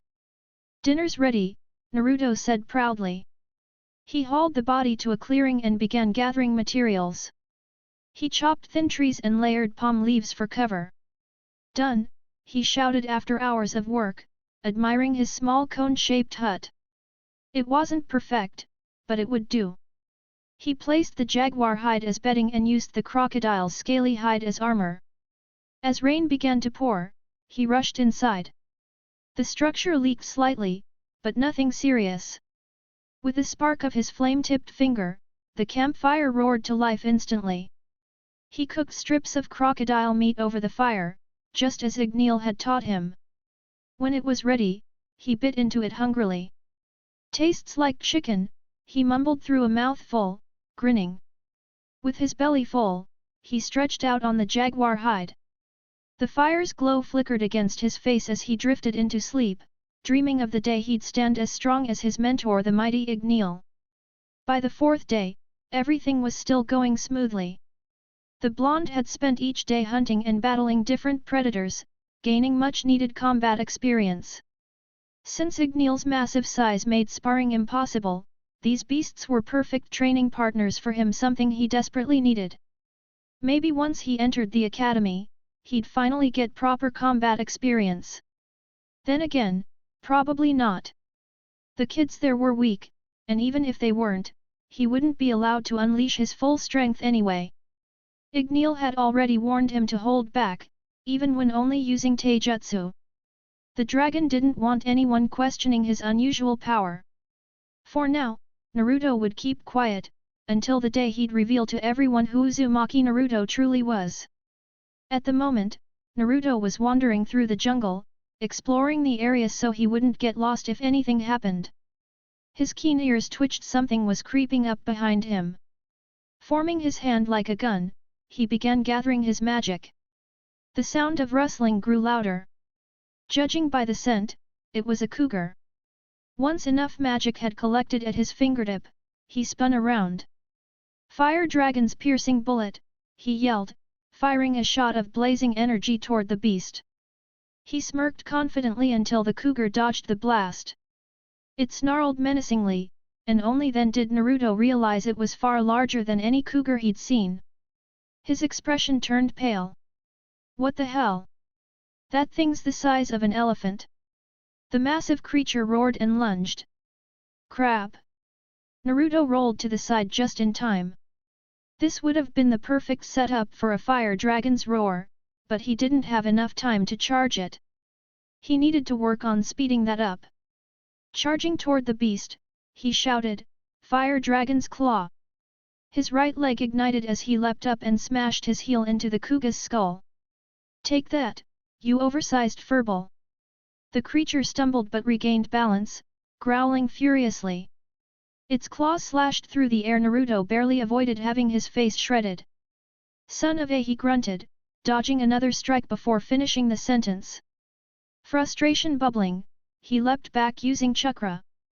The cougar watched him closely now, it wouldn't fall for the same trick twice. Naruto inhaled sharply, filling his lungs with Dragon Slayer magic. Fire built inside his chest as the beast charged. Just before it could reach him, he roared, "Fire Dragon's Roar!" A torrent of flames erupted from his mouth, engulfing the cougar and hurling it backward. The blaze continued for several seconds before Naruto finally stopped, panting hard. It was his strongest attack yet. His knees nearly buckled as he coughed and steadied himself with both hands on his thighs. When he finally looked up, the cougar was a charred, smoking heap. "Damn," he breathed. "That burned through half my magic. I'd better head back." He followed the familiar path to his teepee, but when he arrived, rage filled his chest. The place was destroyed. His shelter lay in ruins, the ground torn apart. "There's no way an animal did this," he muttered, scanning the area. Whatever it was, it knew what it was doing. Crouching, he examined the tracks. They resembled the talons of an eagle or falcon, only much larger. But no bird could live in a jungle like this. The prints also looked reptilian like a crocodile's, yet there were only 2 sets, meaning the creature walked upright. "Didn't Igneel mention something about an ancient civilization?" he murmured. The thought made his gut tighten. He sniffed the air lizard. "Damn reptiles! XXXXXXXXX." By nightfall, he had managed to build only a small hut with a roof but no walls. Luckily, as a fire dragon slayer, cold didn't bother him. All he could think about now was finding those lizard-like things and burning them alive. Maybe they'd even taste good. The next morning, sunlight woke him. Naruto's blue eyes opened with fierce determination. Those creatures might be searching for him. They had found his camp but not him. He ate a few berries before standing up. Time to hunt some lizards. With no real plan, he began moving through the dense forest, sniffing the air every half-minute. For a while, there was nothing. His patience was wearing thin when he suddenly caught a familiar reptilian scent. Lizardmen. Without hesitation, he bolted in that direction, stopping 50 meters from their location. Using chakra, he climbed into the trees for a better vantage point. A group of 5 came into view. They were unlike anything he'd seen: light blue scales with creamy white undersides, darker shoulders, and fin-like ridges on their heads. Some wore necklaces, each armed with a spear and wooden shield. They were bipedal and slightly hunched forward. One stood out with extra armor, clearly the leader. Their voices were filled with hissing tones. An argument broke out among them, and Naruto spotted one holding jaguar hide. His fists clenched. These were the ones who'd wrecked his home. He wanted to attack immediately but didn't know their strength or if reinforcements were nearby. "I'll wait and strike when they sleep," he decided grimly. XXXXXXXXX. He trailed them for 7 long hours before they finally stopped to make camp. His nerves were on edge from staying hidden so long. Another hour passed before he moved one guard awake, 4 asleep. "This should be simple," he whispered. "Let's begin." He crept down silently. The lone guard was about 10 meters from the campfire. Rather than risk throwing a kunai, he approached from behind. Flames coated his hand. The glow caught the guard's attention, but before it could react, Naruto crushed its throat. A sickening crack followed as he snapped its neck to finish the job. The rest were easy prey. One by one, he ended them swiftly. When it was over, he sat down, breathing heavily. The blue-scaled lizardmen were now painted red. Then it hit him: he had just taken lives. These weren't beasts. They were thinking creatures, capable of speech and culture. Nausea rose in his throat. He turned aside and vomited. He had killed for the first time. The next morning, the scent of dried blood still clung to him. His sensitive nose made it unbearable. He couldn't shake the hollow feeling. Killing animals was one thing, but this was different. It felt disgusting, heavy, and cold. He realized he didn't like killing, but he also knew it was unavoidable. When he became a shinobi, this would be part of his life. He had to learn to live with it. Pushing aside his thoughts, Naruto gathered himself. There were bound to be more of those creatures around, and not all would be as easy to kill. If Igneel was right about ancient civilizations, some might even wield magic. He'd soon find out. Returning to the camp, he scavenged what little he could, a few hides and scraps. He couldn't stay there with the smell of blood, so he rested some distance away. It was only the 5th day. Barely a week in, and already his world had changed. He'd need a new shelter, far from here. Those lizardmen likely reported back to their tribe before destroying his camp. They knew now that another intelligent being lived in the jungle, and so did he. XXXXXXXXXX. It didn't take him long to find a new hideout, a small cave in a low hill, stretching only a few meters deep. He built a fire at the back, setting up a crude sleeping area. It wasn't much, and the open entrance offered little protection, but it was home for now. As the sun began to set, Naruto went hunting. Hours of searching finally paid off when he spotted a small monkey perched in a nearby tree. "Perfect," he murmured, throwing a kunai. The weapon struck true, piercing the monkey's throat. It dropped instantly. Naruto retrieved both the weapon and his meal, heading back to the cave. But when he arrived, his body froze. A lizardman was inside. Smaller than the others, lightly built, likely a scout. Only armed with a spear. He couldn't let it escape. If it did, more would come. He hated that he had to kill again, but this time there was no choice. Gathering energy in his fingertip, he whispered, "Fire Dragon's piercing bullet." The lizardman turned just as he released the blast. The fiery shot hit its head dead on. It fell lifelessly to the floor. Naruto frowned. It had sensed him almost instantly after he began charging his magic. Maybe it had felt his power or killing intent. He doubted it was the latter. He knew how to suppress it from years of hunting. That left only one explanation. They could feel magic. Which meant surviving in this jungle just got a whole lot harder. Argh! Naruto yelled as his fist smashed into a lizardman's face. Damn monsters! Only 4 more days remained in the cursed jungle. 4 days until Igneel returned to fetch him. By now, the kid knew every inch of the area he lived in like the back of his hand. The last 3 weeks had been pure torture. Every single day brought at least one lizardman ambush. Fortunately, they were weak compared to him and fell with some effort.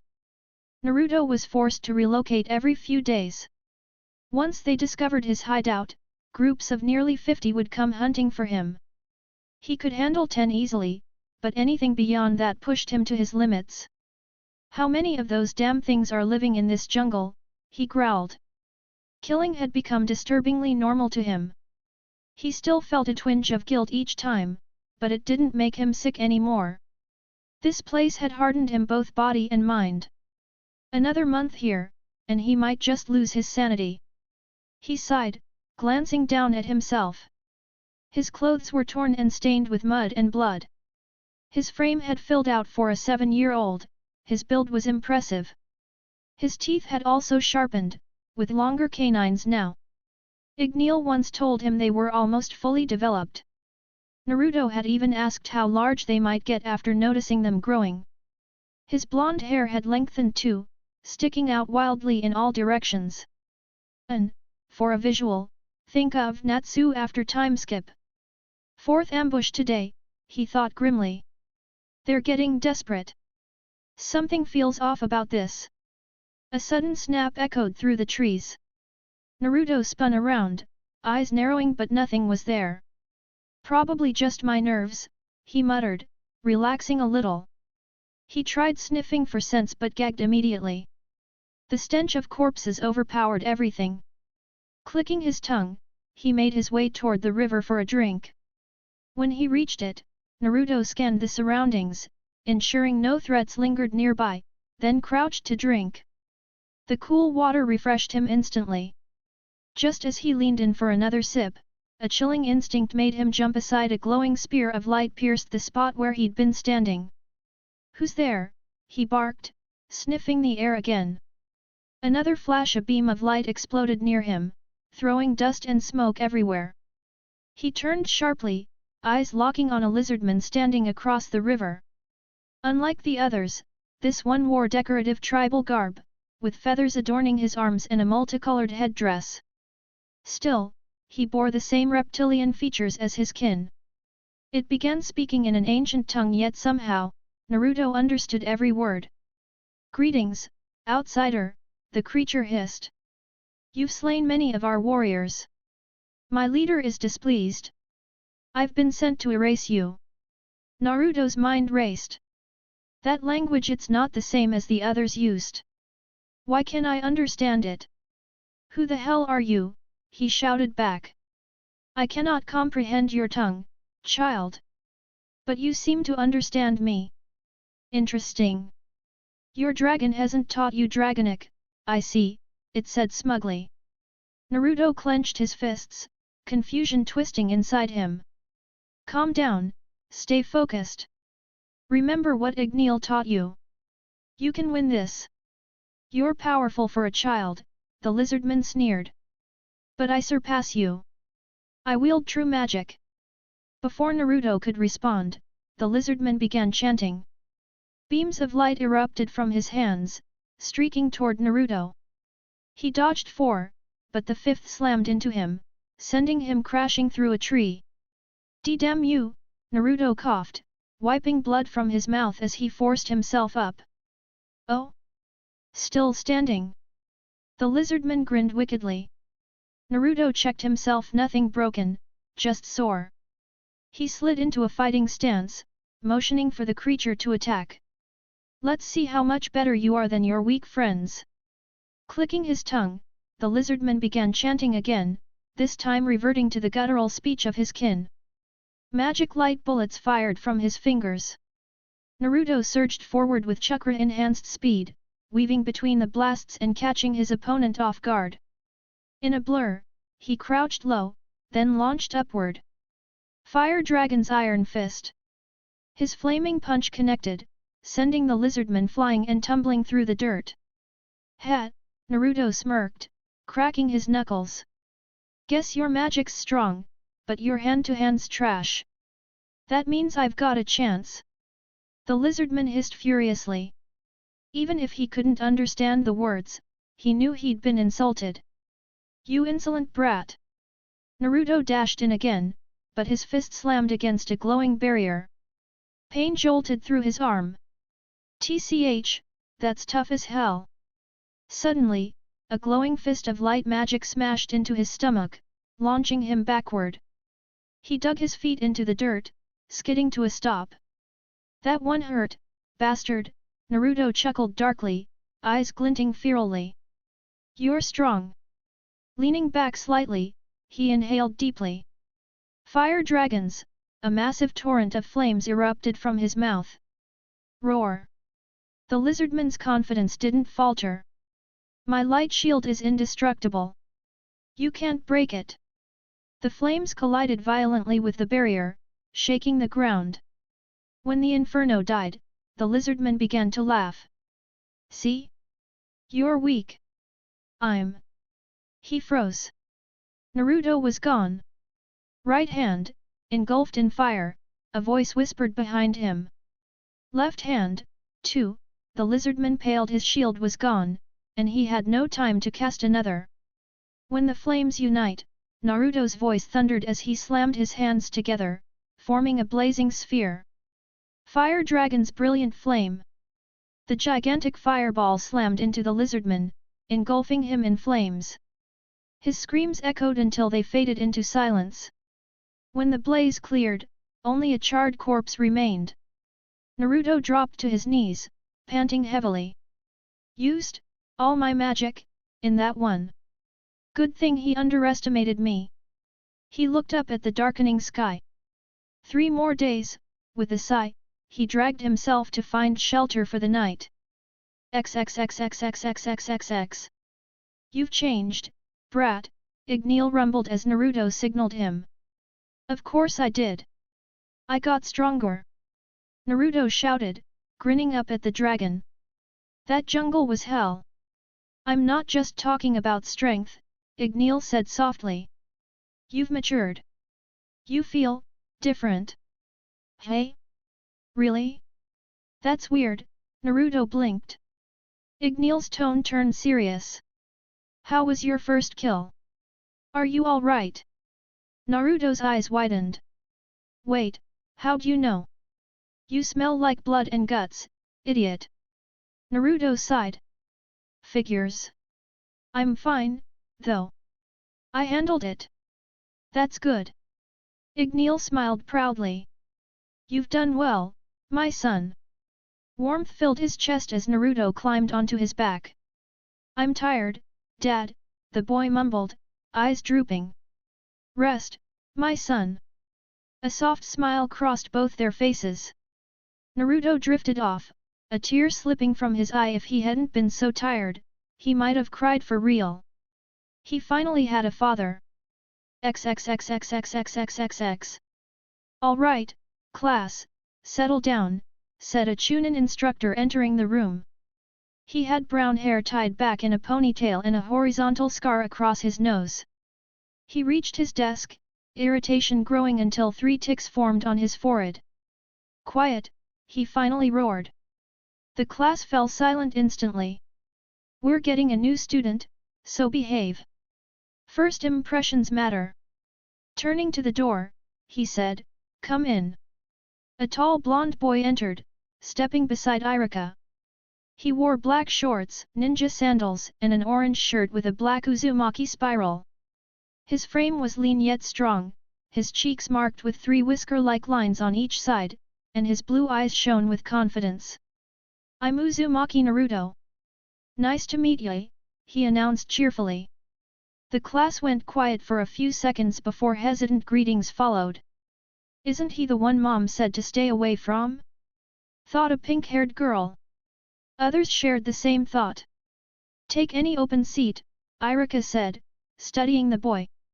He wasn't sure how to feel. The demon fox sealed inside Naruto had killed his parents years ago. But the Hokage spoke highly of the boy, so he decided to judge him by his own eyes. Naruto made his way to an empty seat near a girl with lavender hair and pale eyes. Mind if I sit here? He asked. No, go ahead, she stammered, blushing lightly. Thanks. What's your name? Naruto grinned, sitting down. Hinata, she whispered. Hinata, hey? You seem nice. Let's be friends, he said brightly. Before she could respond, the teacher's gaze swept over them. It's good to see you've already made a friend, Naruto, but we should get started with the lesson. Yeah, sure, Naruto replied lazily, waving his hand without much interest. Irika mentally marked it down. This kid. Bored out of his mind, Naruto already knew everything being taught. He could hardly wait to switch places with his shadow clone. He'd learned the jutsu just a few days ago, directly from the Hokage. Thinking about that lesson made him grin. The old man truly was invaluable to him. His thoughts drifted to the time he'd unleashed his infamous sexy jutsu, stifling a laugh as he remembered knocking out the Hokage. Suddenly, he was pulled back to reality by Irika standing before him. Are my lessons really that entertaining, Naruto? Irika asked, narrowing his eyes at the blonde. Naruto almost told him he already knew everything, but Igneel had explicitly forbidden him from showing off what he'd learned. That bastard of a father! Feigning disinterest, Naruto looked up at Irika. Did you say something, Irika-sensei? Somewhere in Konoha, an Anbu glanced up from his Ika-Ika book and smiled under his mask. I couldn't be prouder right now, he murmured.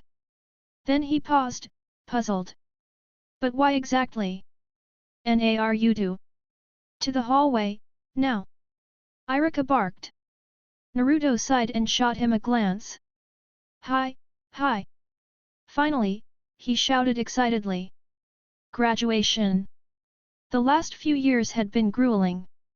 Between school and training with Igneel, he'd barely had time together with the dragon.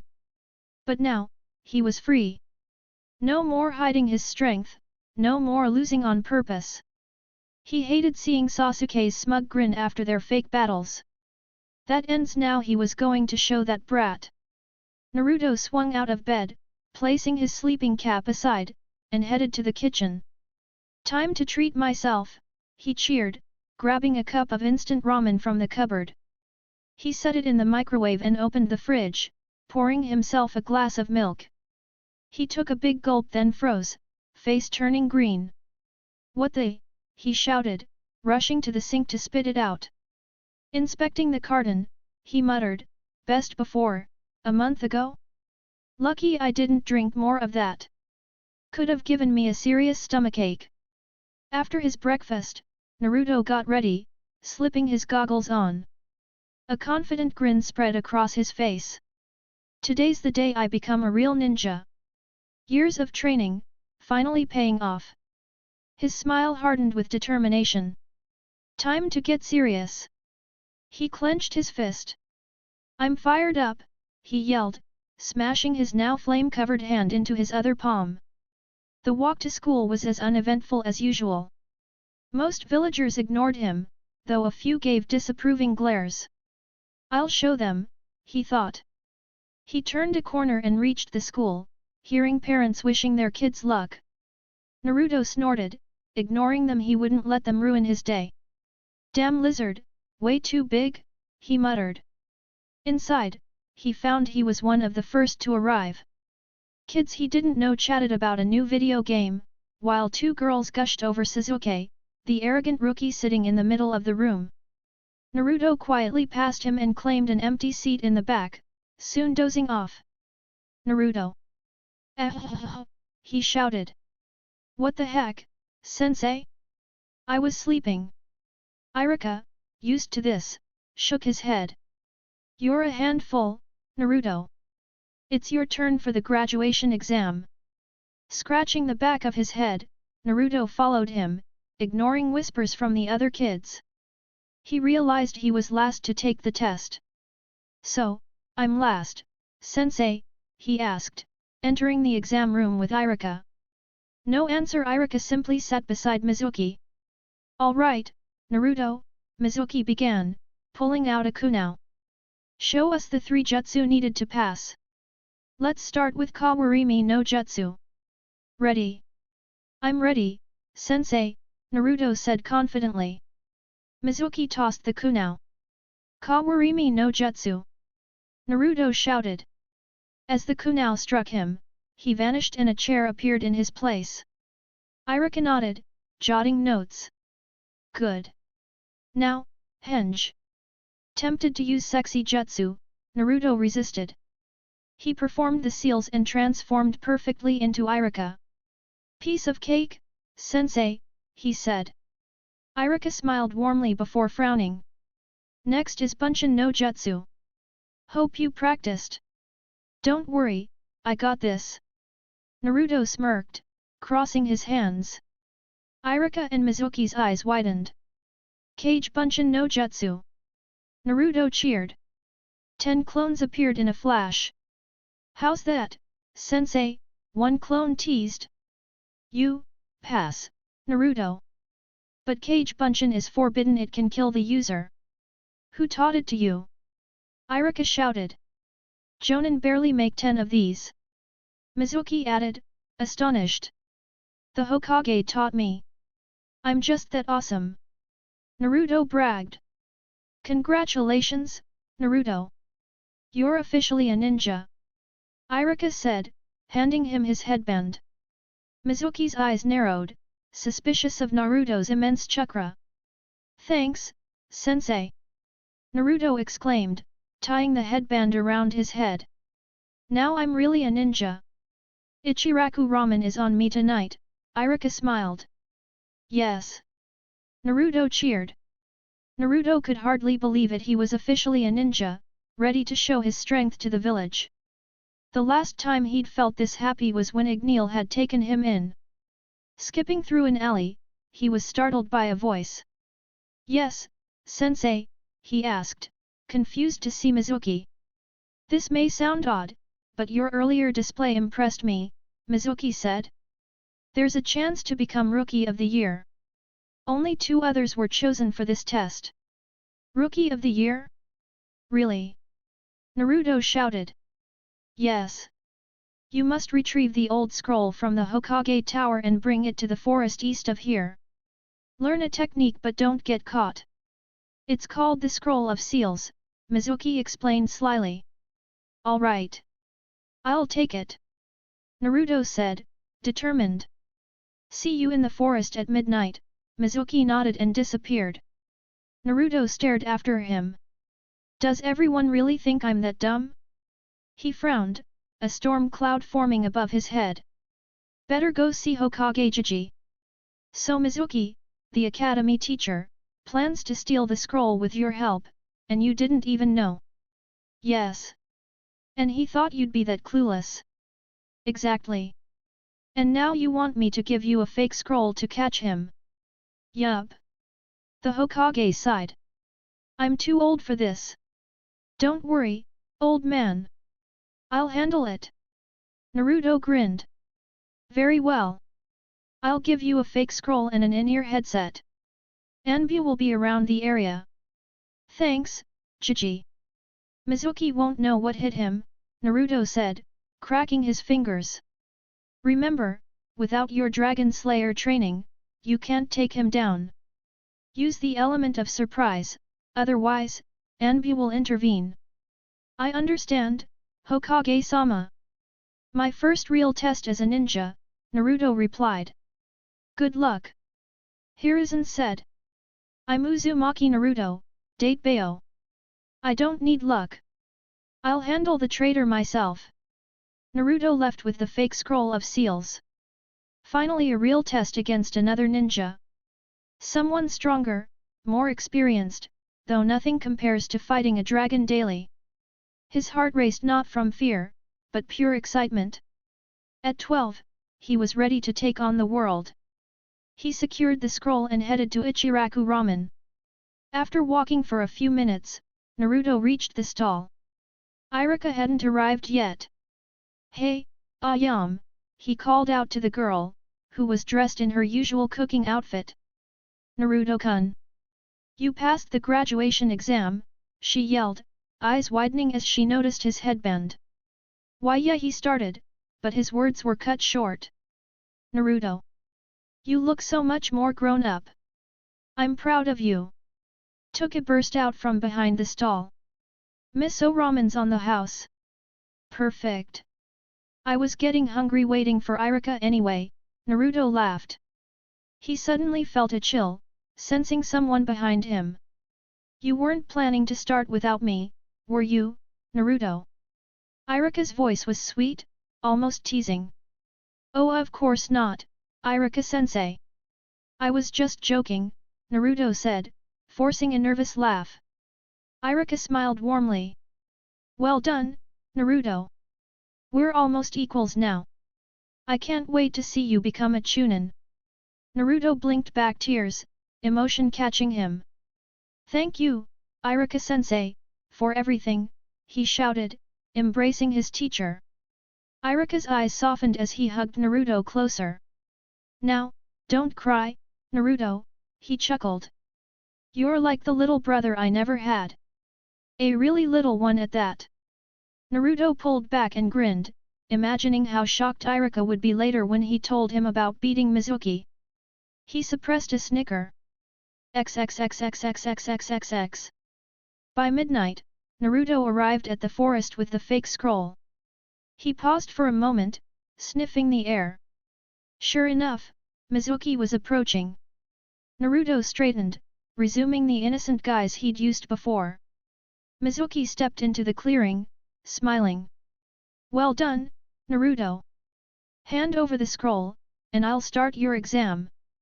Yes, sensei, Naruto said, tossing him the fake scroll. Mizuki examined it silently for a moment. Something wrong, sensei? Naruto asked cautiously.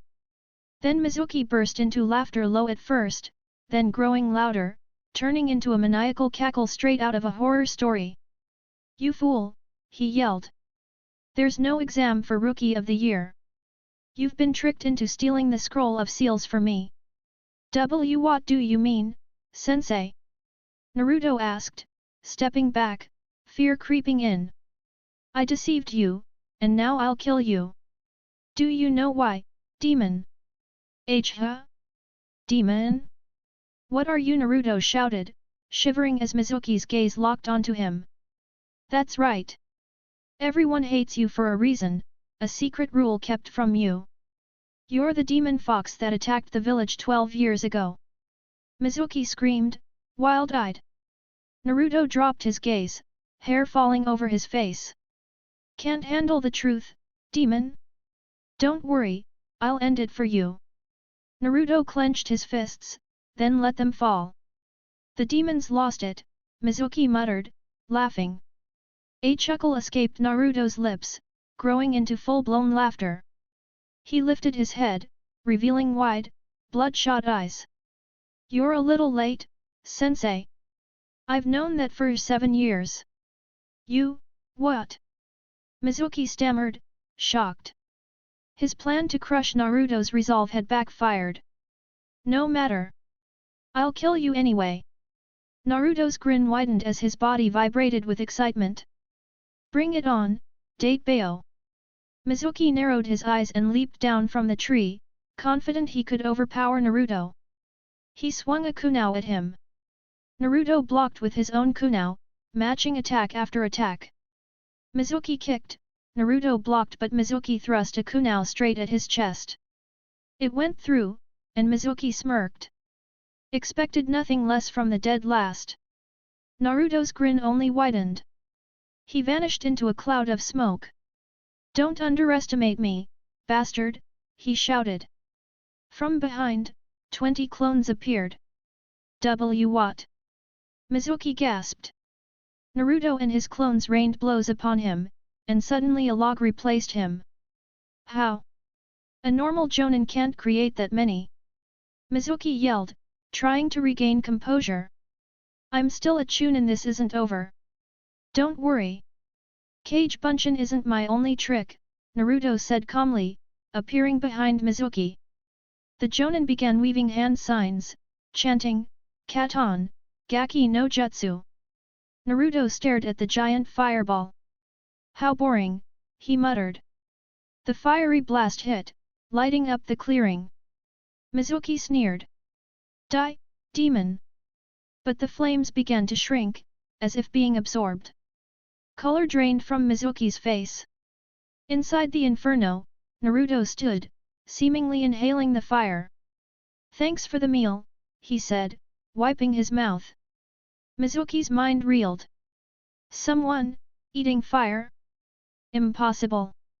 Naruto then summoned flames into his hands, their intensity echoing his anger. Fire Dragon Slayer magic comes from the heart, he remembered Igneel saying. Anger fueled the power. He struck Mizuki squarely in the face. Fire Dragon's Iron Fist. Mizuki crashed into a tree, groaning. The Kyuubi. And for the finale. Fire Dragon's Roar. Naruto unleashed a massive torrent of fire. Mizuki's screams filled the clearing, and Naruto realized he may have overdone it, but the fight cost him barely any magic or chakra. Traitor defeated, Hokage-sama, he said into his communicator. Hokage's voice came faintly, impressive, Naruto. XXXXXXXXX. I can't believe you beat Mizuki without injury, the Hokage laughed, shaking his head. He was stunned by my Cage Bunshin and my magic, Naruto shrugged. I was shocked too. If he weren't a traitor, I might have felt sorry for him, the Hokage mused. I may have gone a bit overboard. Is Mizuki alive? Naruto asked. Barely. He's badly burned. We're trying to determine if he had partners. He probably won't survive, though, the Hokage explained. Naruto nodded, regret flickering. Next time, I'll be more careful. I promise. Don't be too hard on yourself. You just began your ninja career. Few could defeat a Chunin hours after graduating. Right. I'll head home. Night, Jiji. Naruto saluted and shined away. XXXXXXXXX. The day after graduation, Naruto woke slowly, rubbing his eyes. He had a week-long holiday before being assigned to a team. He could hardly wait to show the world what he could do. After breakfast and milk, he finished his morning training. Alright. Time to show Igneel my forehead protector and tell him about my epic battle. Naruto rushed to the cave where he had first met the dragon. Igneel had managed to stay hidden all these years using powerful genjutsu, only vulnerable when recharging. The Kyuubi's strength had allowed Naruto to meet him. Igneel! Naruto shouted, flames illuminating the cave. He reached the dragon's living area, pointing to his forehead. Hello, Naruto. So, a ninja now, an adult, Igneel said with a gentle smile. Yet. One step closer to my dream becoming Hokage. Naruto exclaimed. I've prepared a feast, deer, sheep, cow, and bear. Dig in, Naruto. Then, I'll give you your present, Igneel rumbled happily. Naruto beamed Igneel had kept a promise. A present awaited him. Yes. Thank you, Dad. The two shared their meal with laughter, Naruto even trying sake for the very first time. It was, without a doubt, the most fun he'd ever experienced with his adoptive father. And then Iruka-sensei yelled at me. Naruto chuckled. Seriously? Igneel laughed so hard he could barely catch his breath. He turned bright red, it was priceless. Ha ha ha. Igneel's roar shook the cave slightly, sending a few small stones tumbling from the ceiling. All right, I think it's time you got your present. Really? Really? Yay! Naruto jumped up, practically bouncing with excitement. What is it? Now, Naruto. Don't rush ahead. The gifts are in that chest over there, Igneel said, pointing with his claw toward a wooden chest in the corner. Okay. Naruto raced over, flinging open the lid. Inside lay multiple treasures. The first was a Tonto sword, its blade twice the length of its hilt. The hilt was a deep black, while the blade shimmered dark red matching Igneel's scales exactly. Even the material had a scaly texture. Naruto stared at it in awe.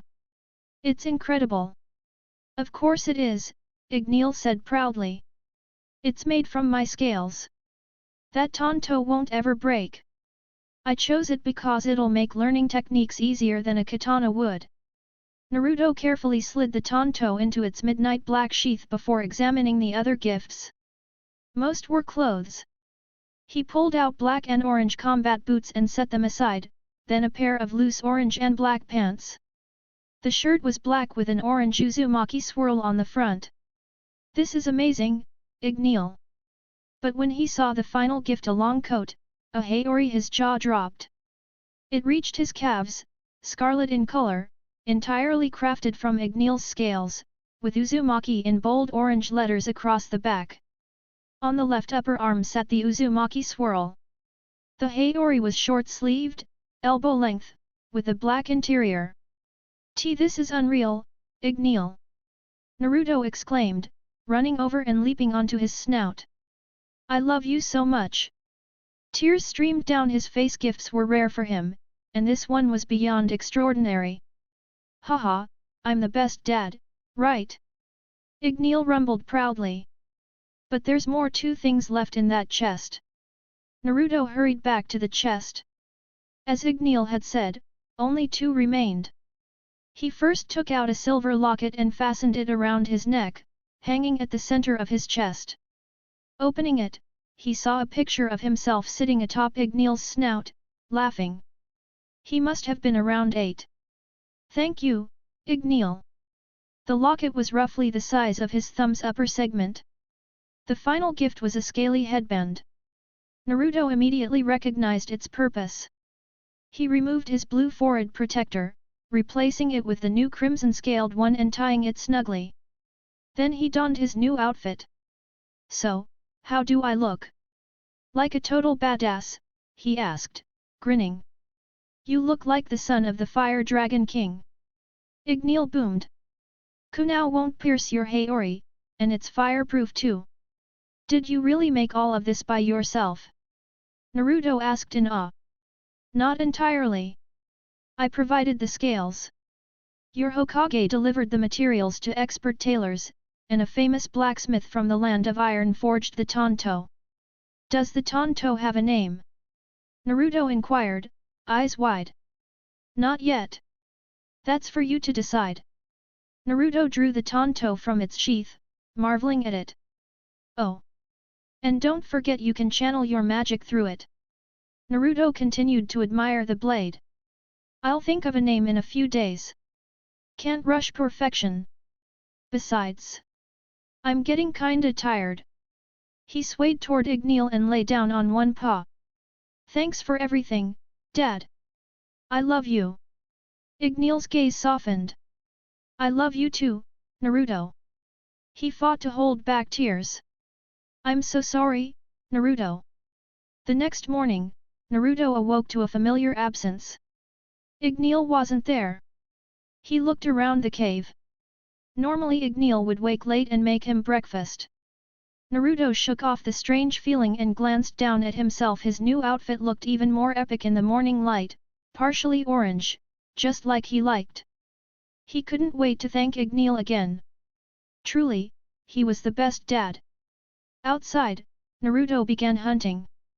With his enhanced Dragon Slayer senses, he quickly located a rabbit. Cooking it with his flames, he enjoyed the meal. That hit the spot. Time for some training.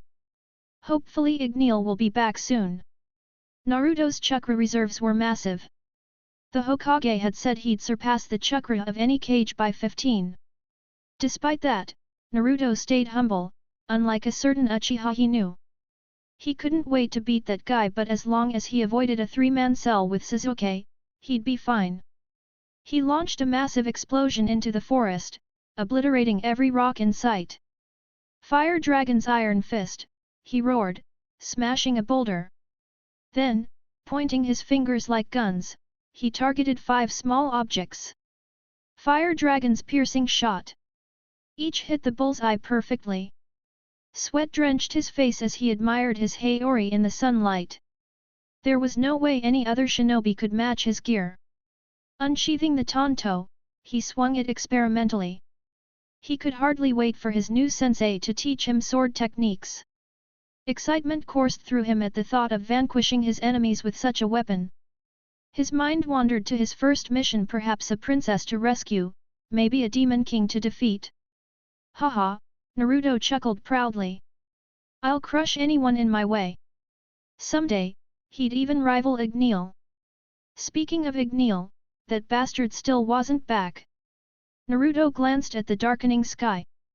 Igneel had wasted one of their precious remaining days. Soon, Naruto would be taking missions himself and wouldn't see him as often.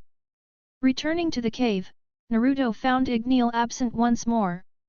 "What's that overgrown lizard up to?" he muttered. He unsealed his earlier rabbit and cooked it over a small fire, licking his lips. Now for a snack. Fire magic flared in his mouth, his belly expanding slightly. Nothing beats fire. Except maybe Ichiraku ramen.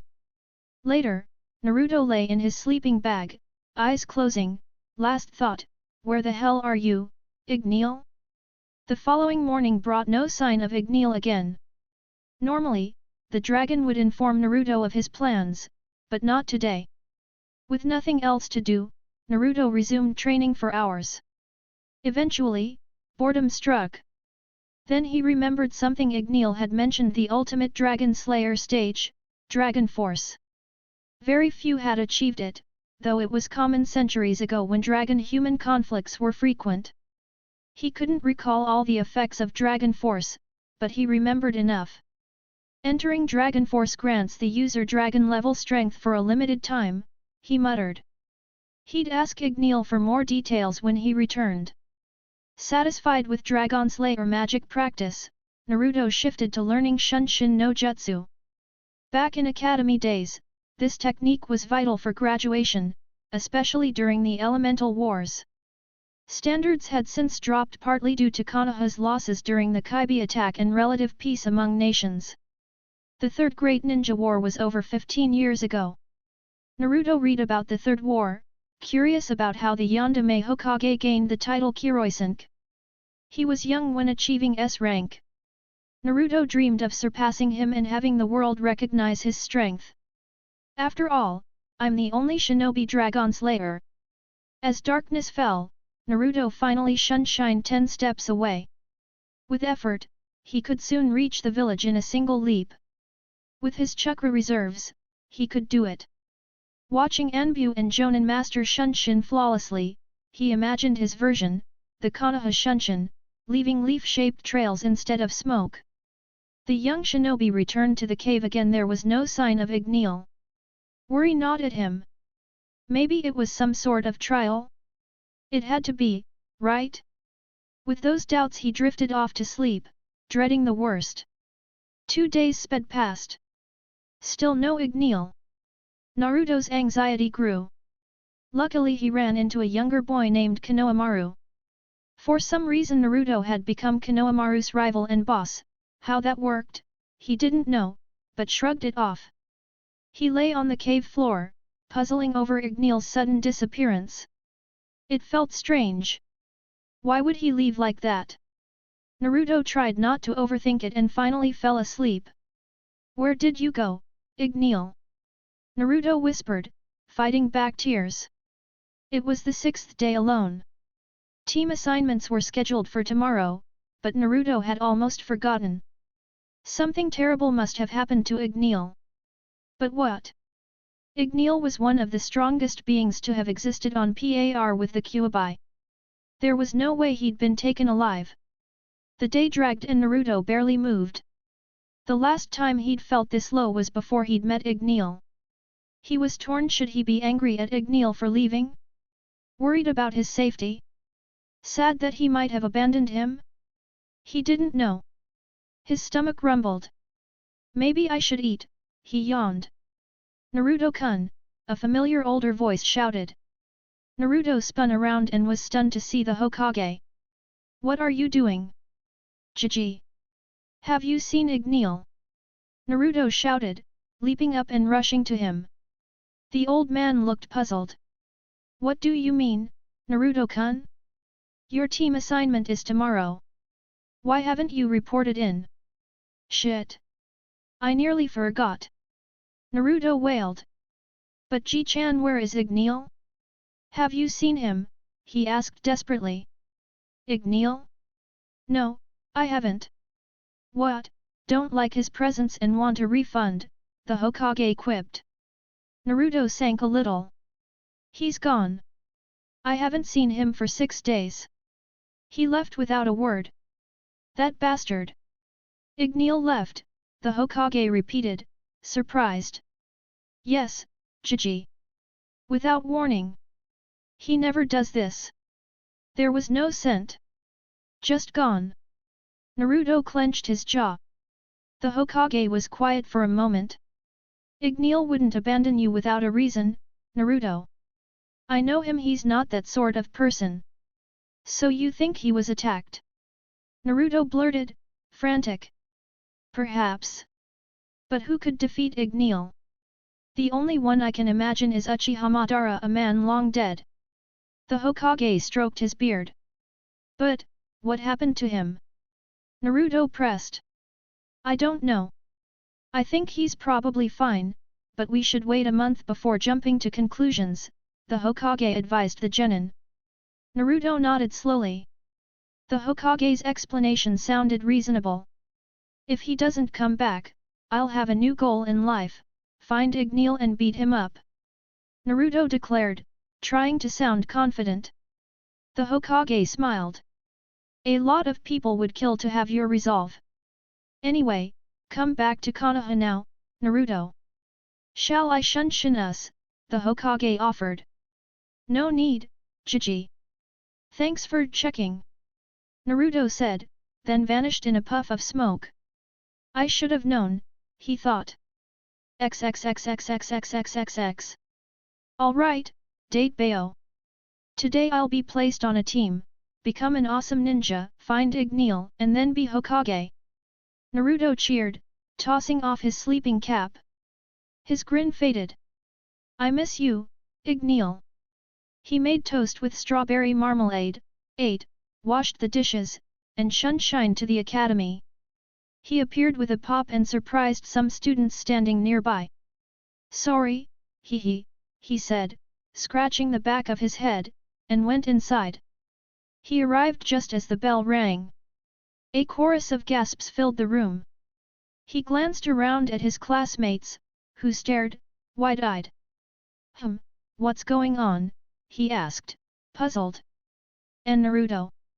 What happened to your hideous jumpsuit? Sakura and Ino screeched. Hey? I got new clothes. I can see that, you idiot. Trying to look cool with new clothes. Don't copy Sasuke. Sakura snapped. Yeah, that idiot just wants to be like Sasuke, Ino added. Naruto blinked at the two girls. What's their problem? Jealousy. Naruto sounded baffled.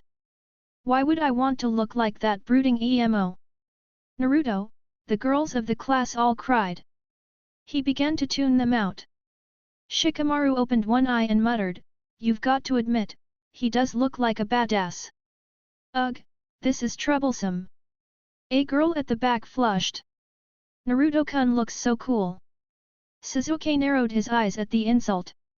Shut up, dope.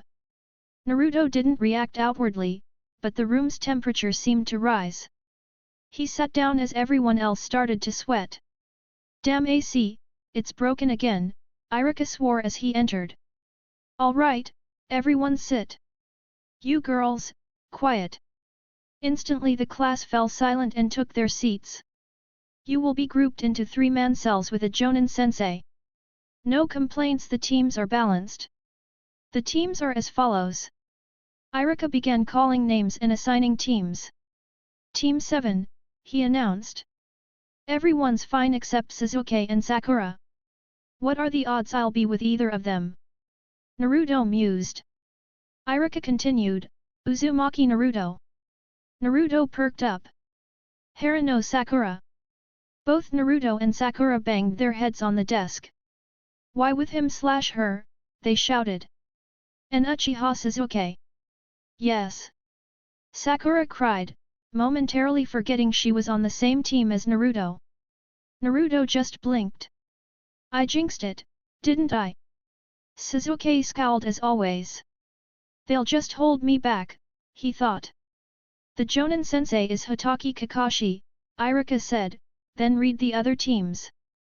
Team 8, Inyazuka Kaiba, Abarame Shino, Hyuuga Hinata with Ui Kurane as sensei.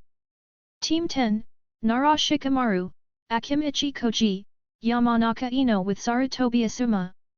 Team 9 still unfilled. Iruka informed them their sensei would come to pick them up. One by one the senseis arrived and introduced themselves until only Team 7 remained. Their sensei was late already 2.5 hours. They hoped that wasn't normal. Hehe, Naruto chuckled and produced a seal he'd made for moments like this. It was a prank seal. Tap it on a door and a bucket's worth of water would pour on whoever opened it. Perfect. Naruto, what are you doing? Sakura asked, alarmed. If we get in trouble because of you. Sasuke squinted, noticing the seal. How does he know sealing, he wondered. His fault for being late, Naruto shrugged. Suddenly a foot entered the room, then a man in Jonin attire with a face mask and his forehead protector tilted over his left eye stepped in. The seal triggered and drenched him. No way, everyone thought. Naruto laughed. A seal. Kakashi showed no expression, if anything he looked bored. My first impression of you guys, he said flatly. I hate you. Meet me on the roof, the soaked Jonin said, and shined away. Sasuke and Sakura rose and headed for the door. Are you coming, Naruto? Sakura asked. These clothes are epic, Naruto thought, distracted. See you guys upstairs, he called, and shined, leaving a pile of leaves behind. Sakura and Sasuke stared at the pile. Was that the Shunshin no Jutsu? Sakura gasped. Sasuke didn't reply and went for the stairs. I thought he was the dead last. Naruto materialized beside Kakashi, who turned and fixed his visible eye on the boy. Caught you by surprise, sensei. Naruto teased. It's unusual to see academy grads know the Shunshin no Jutsu, Kakashi remarked. Wasn't he the dead last? They waited in silence until Sasuke and Sakura joined them on the roof. Sasuke shot Naruto a poisonous glare. Naruto ignored it and waited for instructions. All right, sit, Kakashi ordered. The three genin sat on the steps and eyed their new sensei. We'll start with introductions, Kakashi said. Even with only one eye visible, his boredom was clear. Introductions? Sakura asked. Tell us your likes and dislikes, future dream, and hobbies, he shrugged.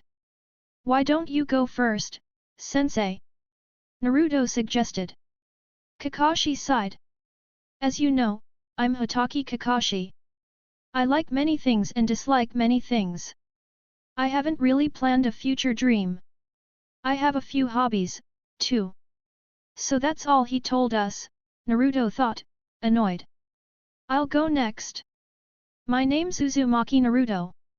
I like training, my clothes, Igneel, the Hokage, and ramen. I dislike people who judge me for what I am. Kakashi's visible eye widened so he knows. My dream is to become Hokage and find my father. Hobbies, training and hunting, Naruto finished. All right Pinky, you're up, Kakashi said to Sakura. She flushed at the nickname but began. My name is Haruno Sakura. My likes are, well, who I like is she glanced at Sasuke and blushed. My dislikes are Ino and annoying people. She shot a look at Naruto. My future dream is she squealed. We can guess your hobby, Kakashi said, turning to Sasuke. My name is Uchiha Sasuke, he intoned dramatically, hands folded beneath his chin.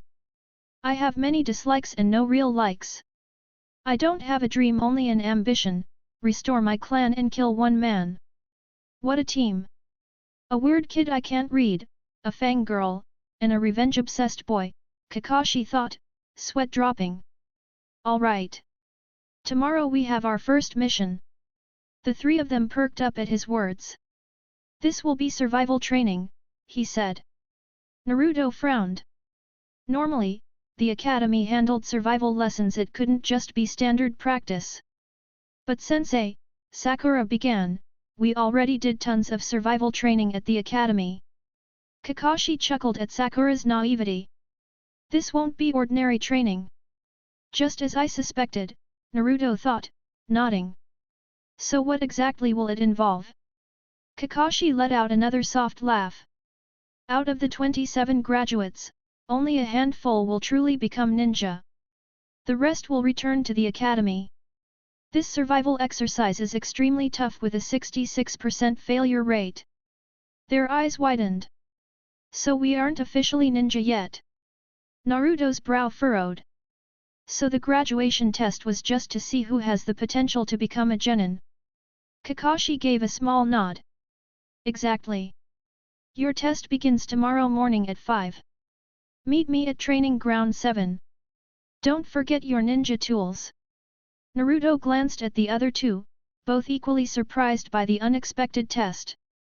But it made sense, the graduation exam had been far too easy. Oh, one more thing before I go, Kakashi added.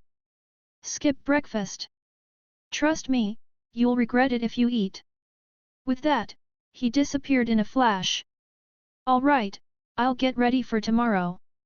There's no way I'm failing this. Naruto thought, determination flashing in his eyes. See you guys tomorrow. He vanished as well. Back in his apartment, Naruto sat at the table, preparing for the day ahead. He packed homemade explosive tags, shuriken, kunai, ninja wire, his tanto, and a couple of rabbits for food just in case. He had to anticipate every possibility. Afterward, he went out to train his attacks and stopped at training ground 7 to scout for good hiding spots. The day passed quickly. Lying in bed, Naruto couldn't sleep, too excited for what awaited. We might even have to fight sensei, he muttered. Jonin. Well, no use guessing. Who knows what the test will be? Setting his alarm, he finally drifted off. Ugh, the blonde groaned, hating the sound of his alarm. Slowly, he got up, washed, and put on his gear.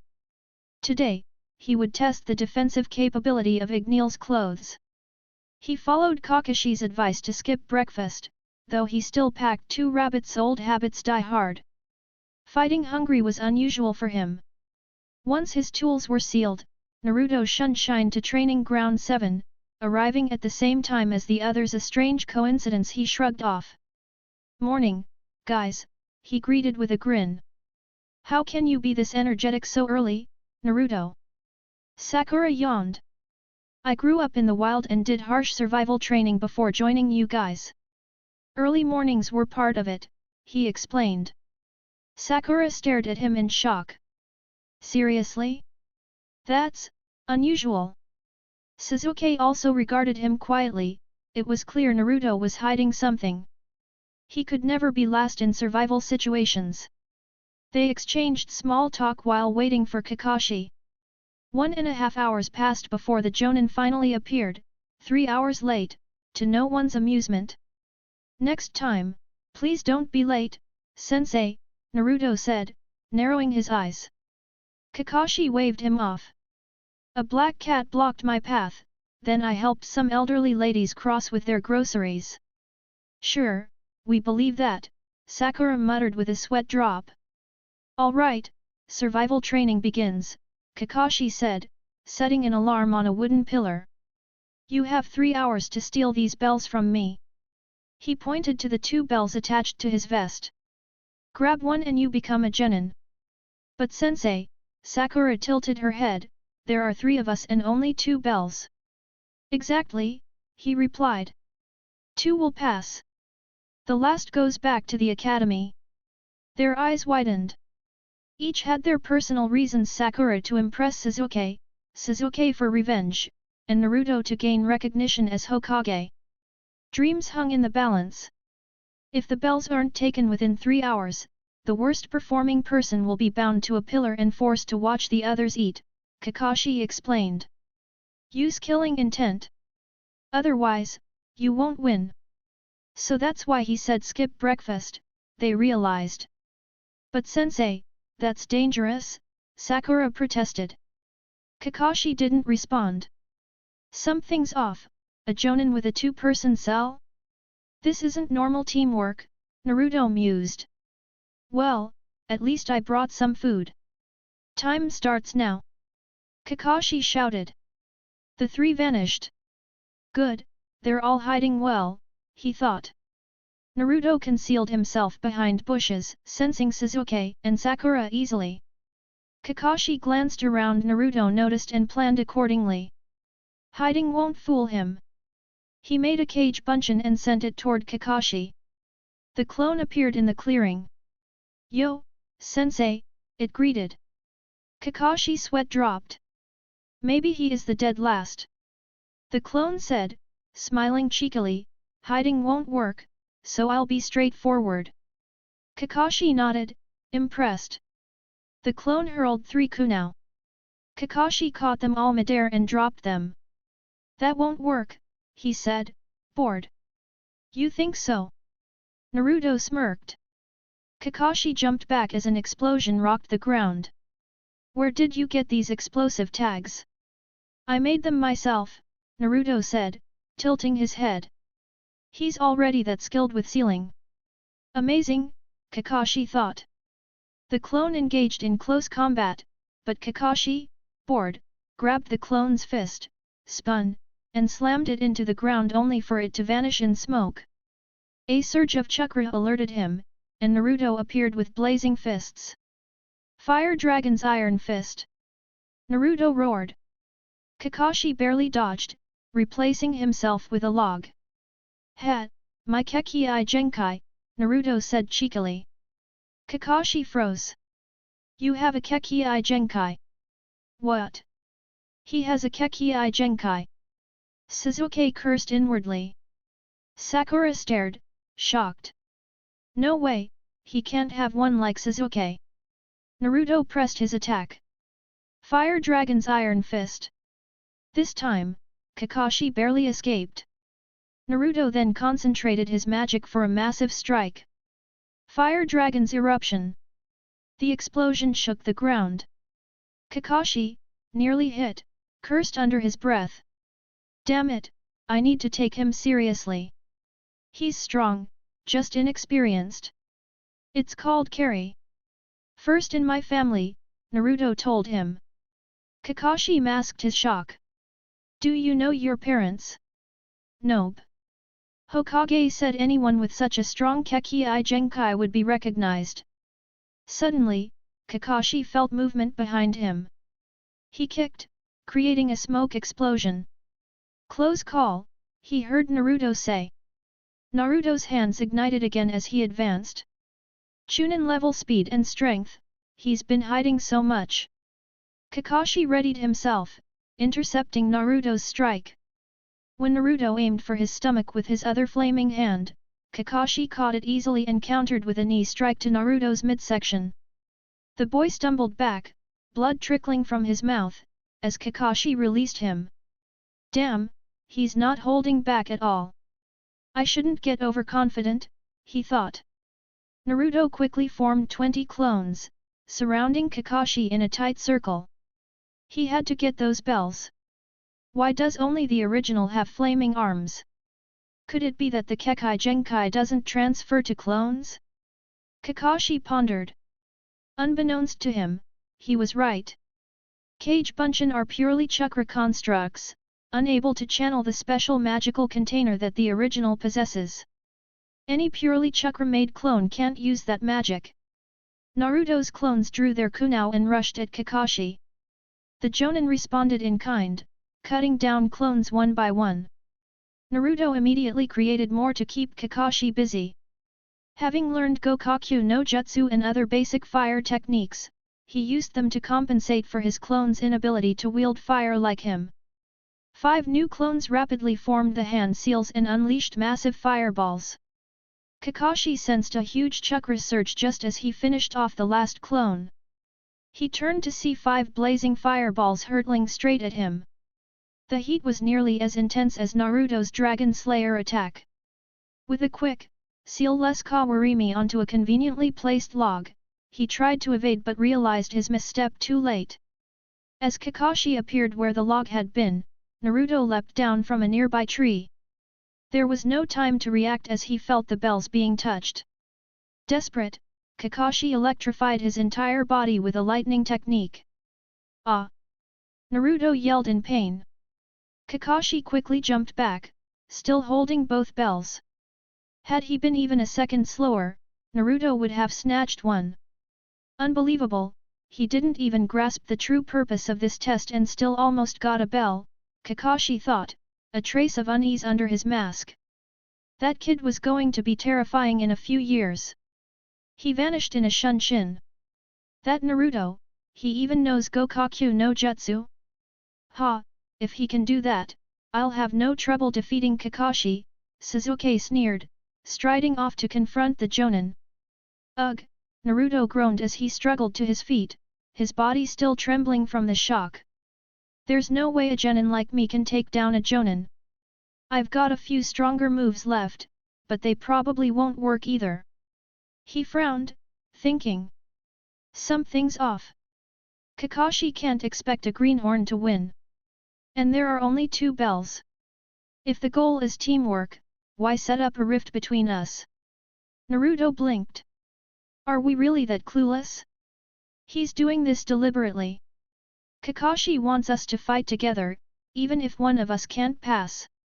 But a team with just 2 genin, that's part of the trick too. He steadied himself, sniffing the air. Sasuke's fighting Kakashi, and Sakura hasn't moved. I need to check on her. Jumping tree to tree, Naruto noticed Sakura's scent vanish abruptly. He looked down to see her on the ground, rubbing her head. Sakura, he said casually. Her eyes snapped toward him as he landed. Naruto, she murmured, confused and worried. Don't worry, I'll explain later. I figured out Kakashi's test, Naruto said, sitting before her. Sakura tilted her head in confusion. You probably saw my fight with Kakashi, he began. She nodded, prompting him to continue. No freshly minted genin could ever take the bells from a jonin, especially one as elite as him. So, that means all of us fail. Sakura's eyes narrowed.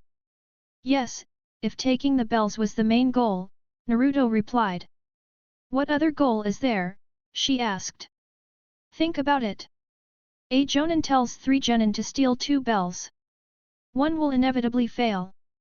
That failure creates tension, making the team compete against each other, Naruto explained. Sakura's eyes widened. So he's forcing us to work separately, even though it's supposed to be teamwork. Exactly. No wonder you're so smart, he complimented. Also, I've never heard of a jonin sensei with only 2 genin. She nodded, silently acknowledging that. We should move. Sasuke's done fighting Kakashi, and it looks like he lost, Naruto said, standing. What? Sasuke-kun lost? Sakura exclaimed. Naruto rolled his eyes. We just covered that. No genin, no matter how talented, can beat a jonin, Naruto said, irritated. Better not tell her I'm stronger than him, she'd refuse to team up with me then. Sakura stayed silent. Okay, I'll need your help convincing Sasuke. He won't listen to me. Naruto began running. Sakura caught up quickly. Why would Sasuke listen to you? You're the smartest in the class. That beats the class clown giving orders, Naruto said. Blushing slightly, she asked, how did you know Sasuke was fighting Kakashi and lost? Naruto pointed to his nose. I smelled him. Sakura blinked, accepting it without further question. We're almost there. Look, that's him well, at least his head, Naruto said. Sakura screamed, and he quickly covered her mouth. Sasuke blinked. What are those idiots doing? Regaining her composure, Sakura explained what they thought was the test's main goal while Naruto created clones to free Sasuke from the earth trap. Sasuke didn't thank them but nodded. I hope this works. What's the plan? Note, if you're wondering why Sasuke's acting cooperative, he was arrogant at first. He only turned darker after Orochimaru offered him power. Naruto explained, my sense of smell can track Sensei's location. Sasuke looked away, secretly annoyed that Naruto had fought Kakashi better than he had, though he begrudgingly respected him. Naruto smiled faintly at Sasuke's expression. He's about a kilometer ahead. They all nodded and started running, with Naruto leading to navigate. All right, Sasuke, we'll engage Sensei together. I'll make a shadow clone resembling Sakura to distract him and throw projectiles. I might make more clones to divert attention from the woods. Sakura, you wait for the right moment to grab the bells, Naruto instructed. The Uchiha grunted. Not perfect, but the best they could improvise before lunch. Sasuke, if you can fire Gokakyu no Jutsu, do it. I can take it, Naruto said, igniting a small flame in his hand. Sasuke started to reply, but Naruto formed a clone that merged with Sakura. Let's go, Team 7. Kakashi assumed the genin had given up and resumed reading his book. But a kunao zipped past his head. Turning, he saw not one, but 3 challengers. No way, they understood the secret of this test? Kakashi thought, surprised. We'll take you down. Naruto smirked, the others nodding. Try beating all of us at once, Sasuke said. Kakashi's eye crinkled. Good luck with that.